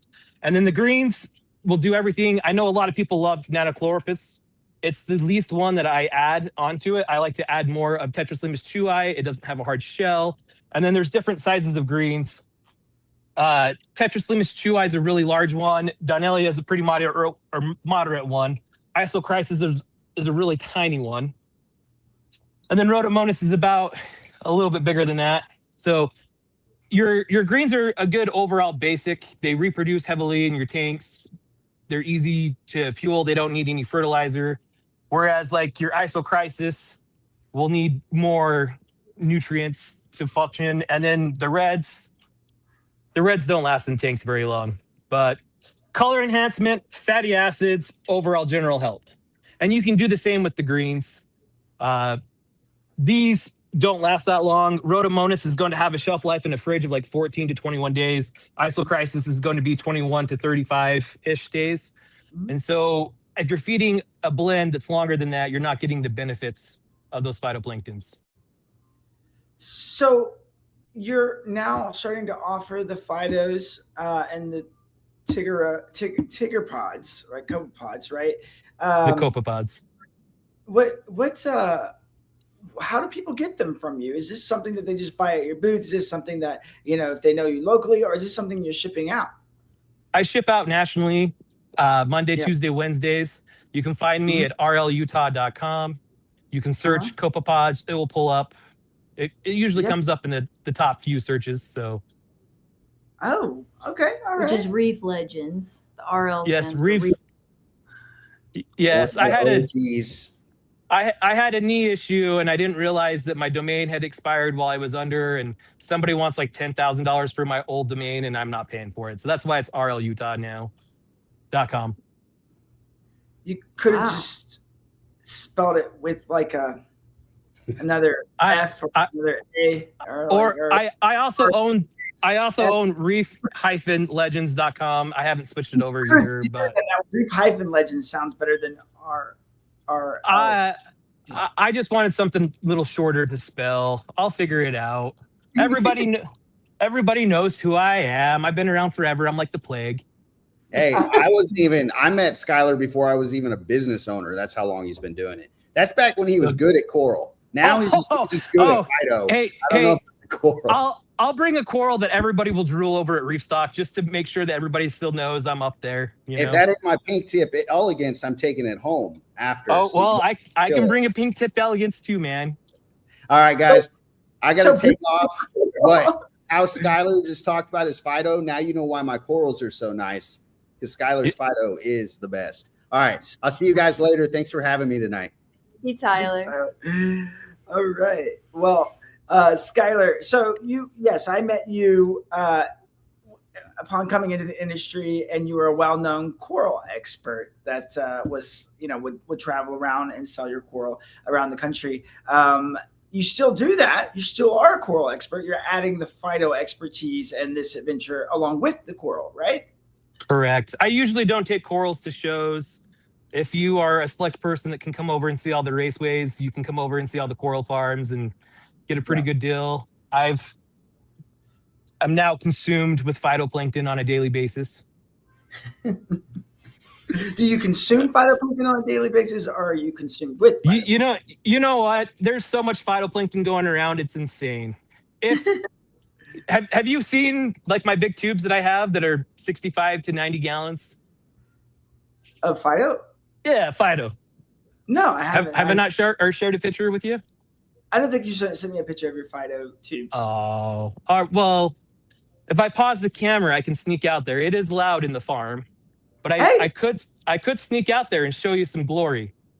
Hey, let's just see it. I mean, why not? We're the last people on. We can do whatever we want. Yeah. And then Tia also asked, do you sell single strain or blend only? I sell single strain as well. So a lot of my business is single strain. Okay. And then I have culture strains as well, or blends. So give me 1 second. Okay. We're giving him his second. It's taking us to the top secret area.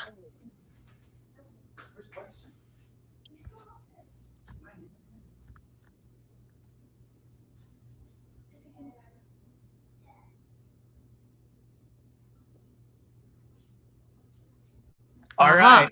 Check this out. Whoa. I'm short.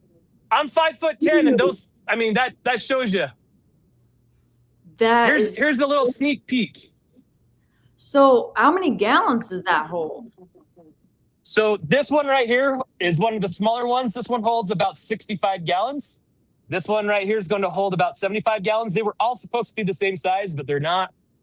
These ones down here, like this is actually a nano, but this one will hold 75 gallons. Chewy has been used. And so this one's about to 35 to 40 gallons, but this is another 70. Well, it's probably closer to 100. These two are probably closer to 100. They take quite a bit of water. So Tia wants to know how annoying they are to clean. There's a lot of expensive processes that go into it. If I neglect it, it is a real pain. I got sick over Christmas, and I had two that I didn't steam clean in time, and they had hardened, and you basically have to take a big toilet brush, let it soak for a week, and scrub away.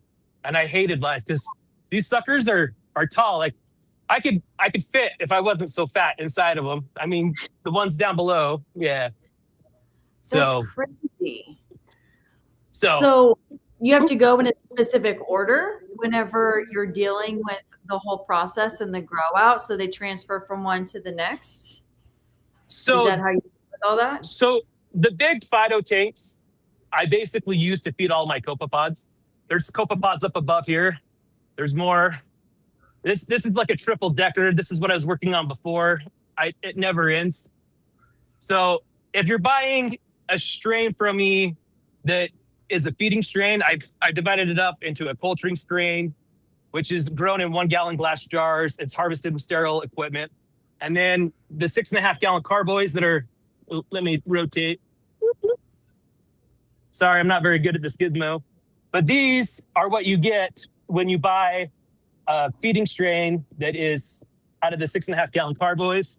These are easier to use. But one of the big Fido towers, I go through 2 of those a day to feed all the copepods and rotifers in the system. So give me 1 second and I'll flip the camera back around. Oh, my bad. Come back, phone. You dropped it. No, he tried to. I hit the wrong buttons. There's so many buttons. You guys all think I'm technical. So if you can see, like this is a phytoplankton. This is a Rhodomonas lens that's going to go out on Monday for harvesting. This is a Rhodomonas lens right there on that one. That one will go out the following week after ReefStock. This is a, let me get all tangled. This is a Rhodomonas salina right there. There's a Tiiso. So there's different stages. There's 70 of these carboys right here that are grown out and rotated on a weekly basis. And because of ReefStock coming up, I started harvesting today. There's 3 fridges. I hold it's hard to get about 65 gallons in there of the single strains. And then there's about 30 gallons of the blend. Everything's done on a weekly basis. So if you buy a phytoplankton on a Monday, it was harvested usually. Depending, it's getting pretty busy. So usually if you buy on a Monday, you're getting a harvest that's done on a Sunday or a Monday and then shipped out on Monday, Tuesday, or Wednesday. But yeah, like I don't think people realize like how fun this is. Like this is a Phaleodactylum. As you can see, like the hose line is getting a little clogged. It's starting to settle. This is an Isochrysis galbana right here on this one. And so this one will go out on Monday. That's an Isochrysis galbana back there that will go out the following week. So it's all being staged different ways. There's about 15 different strains that I grow. I think I offer 13 strains to the public at a pretty discounted price for a hobbyist. Whereas if you're buying it from a lab, you're spending $150 to $400. How do you prevent contamination of the different phytos?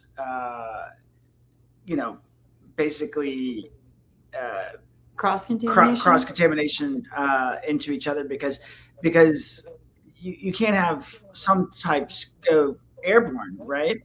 So can you hear the fans in the garage? Like, can you hear all the aeration fans blowing?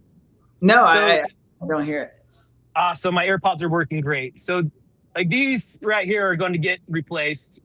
Doesn't want to rotate that way. But these little pumps are all getting replaced with bigger aeration pumps. Yeah. As far as contamination goes, I had more contamination issues when there was more equipment to stop the spread.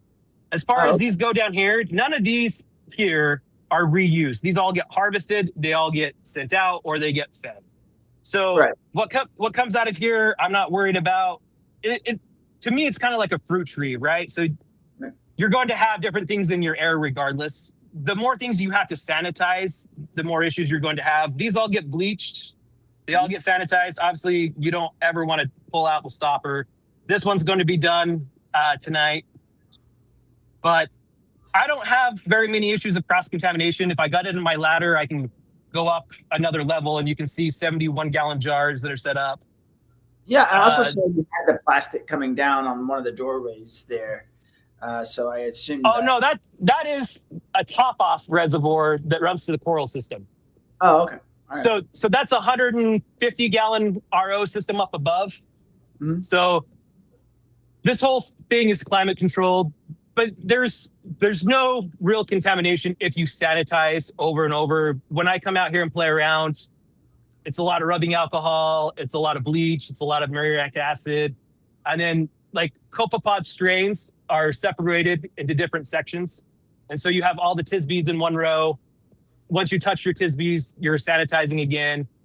So everything has its own, like there's a hose right here, there's the own buckets, there's sieves, everything that's there. So everything stays pretty separate. I did have an issue last week when I reset. I was working on a video and I was playing with rotifers, and I thought I had sanitized. I do rotifers at the end of my day, and then they go into a fridge, and then they get pulled out of the fridge. But I was working on a video showing people how to culture rotifers in a 1-gallon jar for a later clip that I need to release.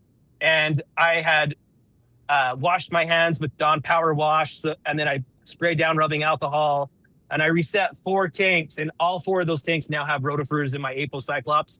So on my 3-pod blends that I bring to ReefStock, there will be rotifers in those bottles. But I mean, it's what's happened. Like I'm going to end up bringing probably 250 bottles of pods. Yeah. If you're growing a multi-strain of pods, you're not going to be very successful at growing it anyway. I do offer copepods in single strains of Tisbees or Apocyclops or Tigeropus. And then I offer rotifers in single strains. I offer brine shrimp. I offer an Ocean Delight blend, which has all 3 pods, rotifers and brine shrimp. It gives your fish an instant treat. So it is kind of cool to see everything. So Tia asked you a question. Do you have L strain or S strain rotifers, or both? I have L strain rotifers. I could get S strain and start growing them. So what's the difference between the two? You know what? I think S strain is smaller. I know there's a whole bunch of freshwater. I got L strain because Reef Nutrition had L strain, and so I was just game to do that one. Oh. Nice. So give me 1 second. I'll be right back.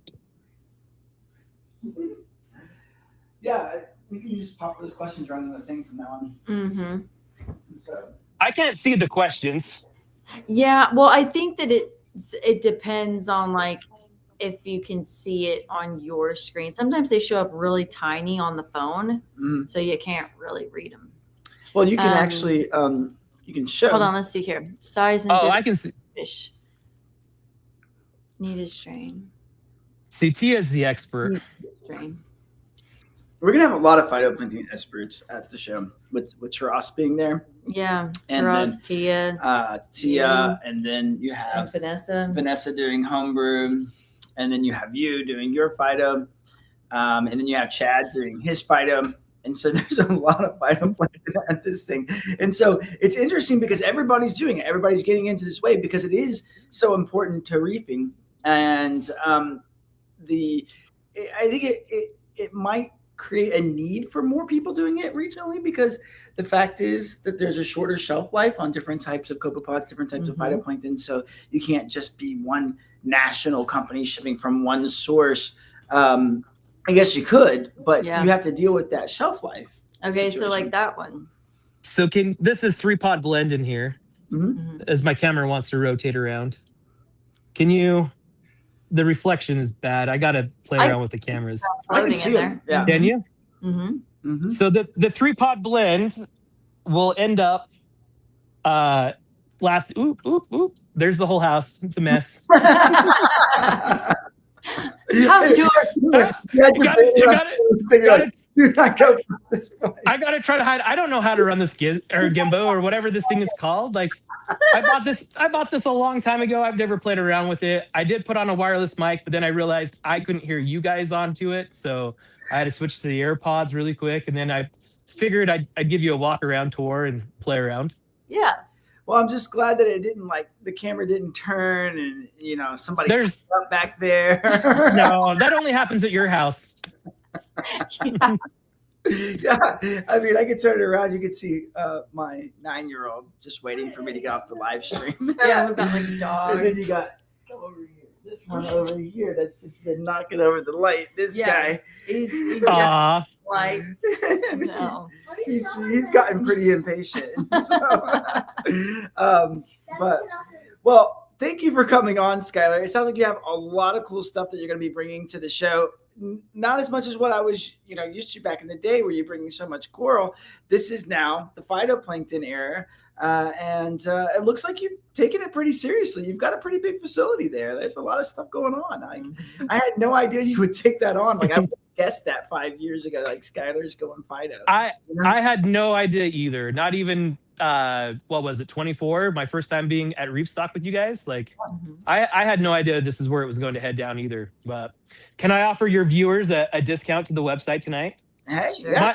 Might as well, right? I don't know how many people are here, but if you go to rlutah.com for the next 24 hours and use code RB30, you'll get 30% off feeding strains or feeding bottles, copepods, 3D printed supplies, and a couple other items. All right. You said that's RB30?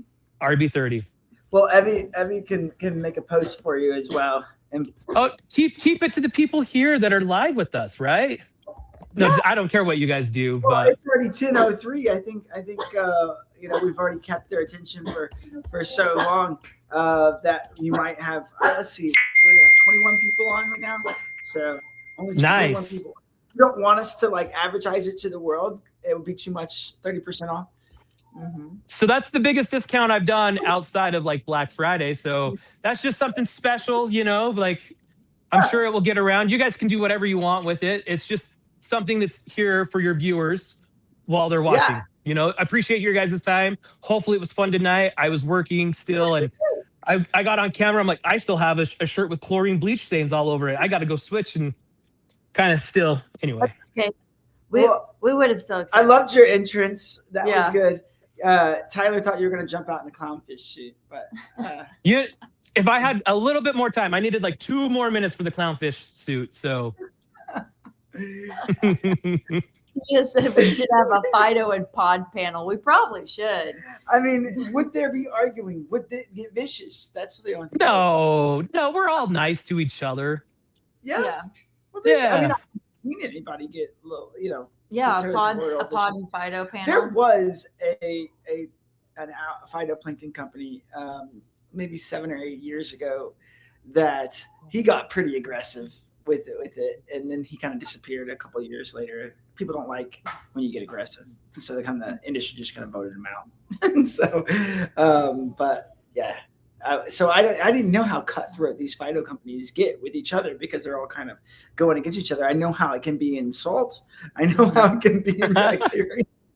I mean, if you ever are short on phytoplankton and you're listening and you're another phytoplankton company, you can always hit me up for wholesale deals. I send out a lot to other. Well, I'm not going to say that. So I do have a whole stash, as you've seen. So. Yeah, you have a lot. So that was impressive. I really didn't imagine that you would have had those big cylinders for growing. Yeah, those are cool. I thought this was something that you just decided to get into a few months ago. Well, I was kind of broke. What was it in 22?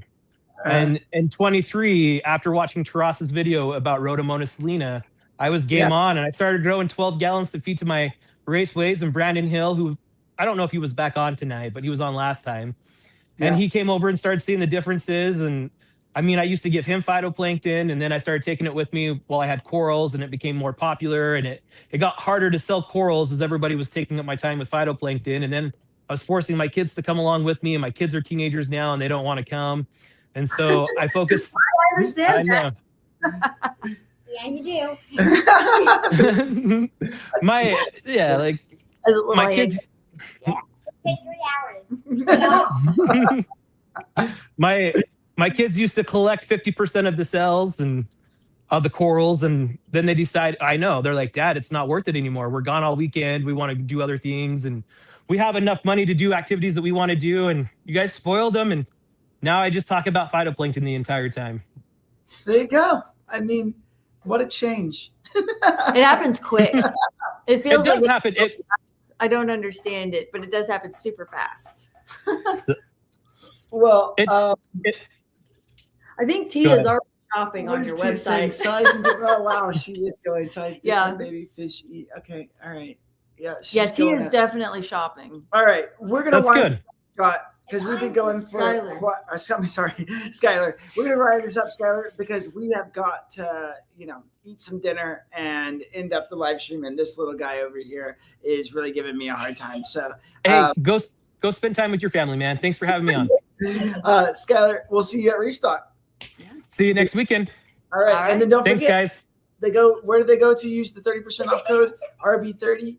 RB30 at rlutah.com. rlutah.com. All right, go for it. All right, goodbye. We'll see you. Hey, thanks, guys. Live stream. Bye. Bye. It's over there. It's over here in the stream. Goodbye. Goodbye. Remember, you have to push it twice. Oh, you gotta push it twice. We're not You have to leaving. go to the other one. I don't know how to get out either.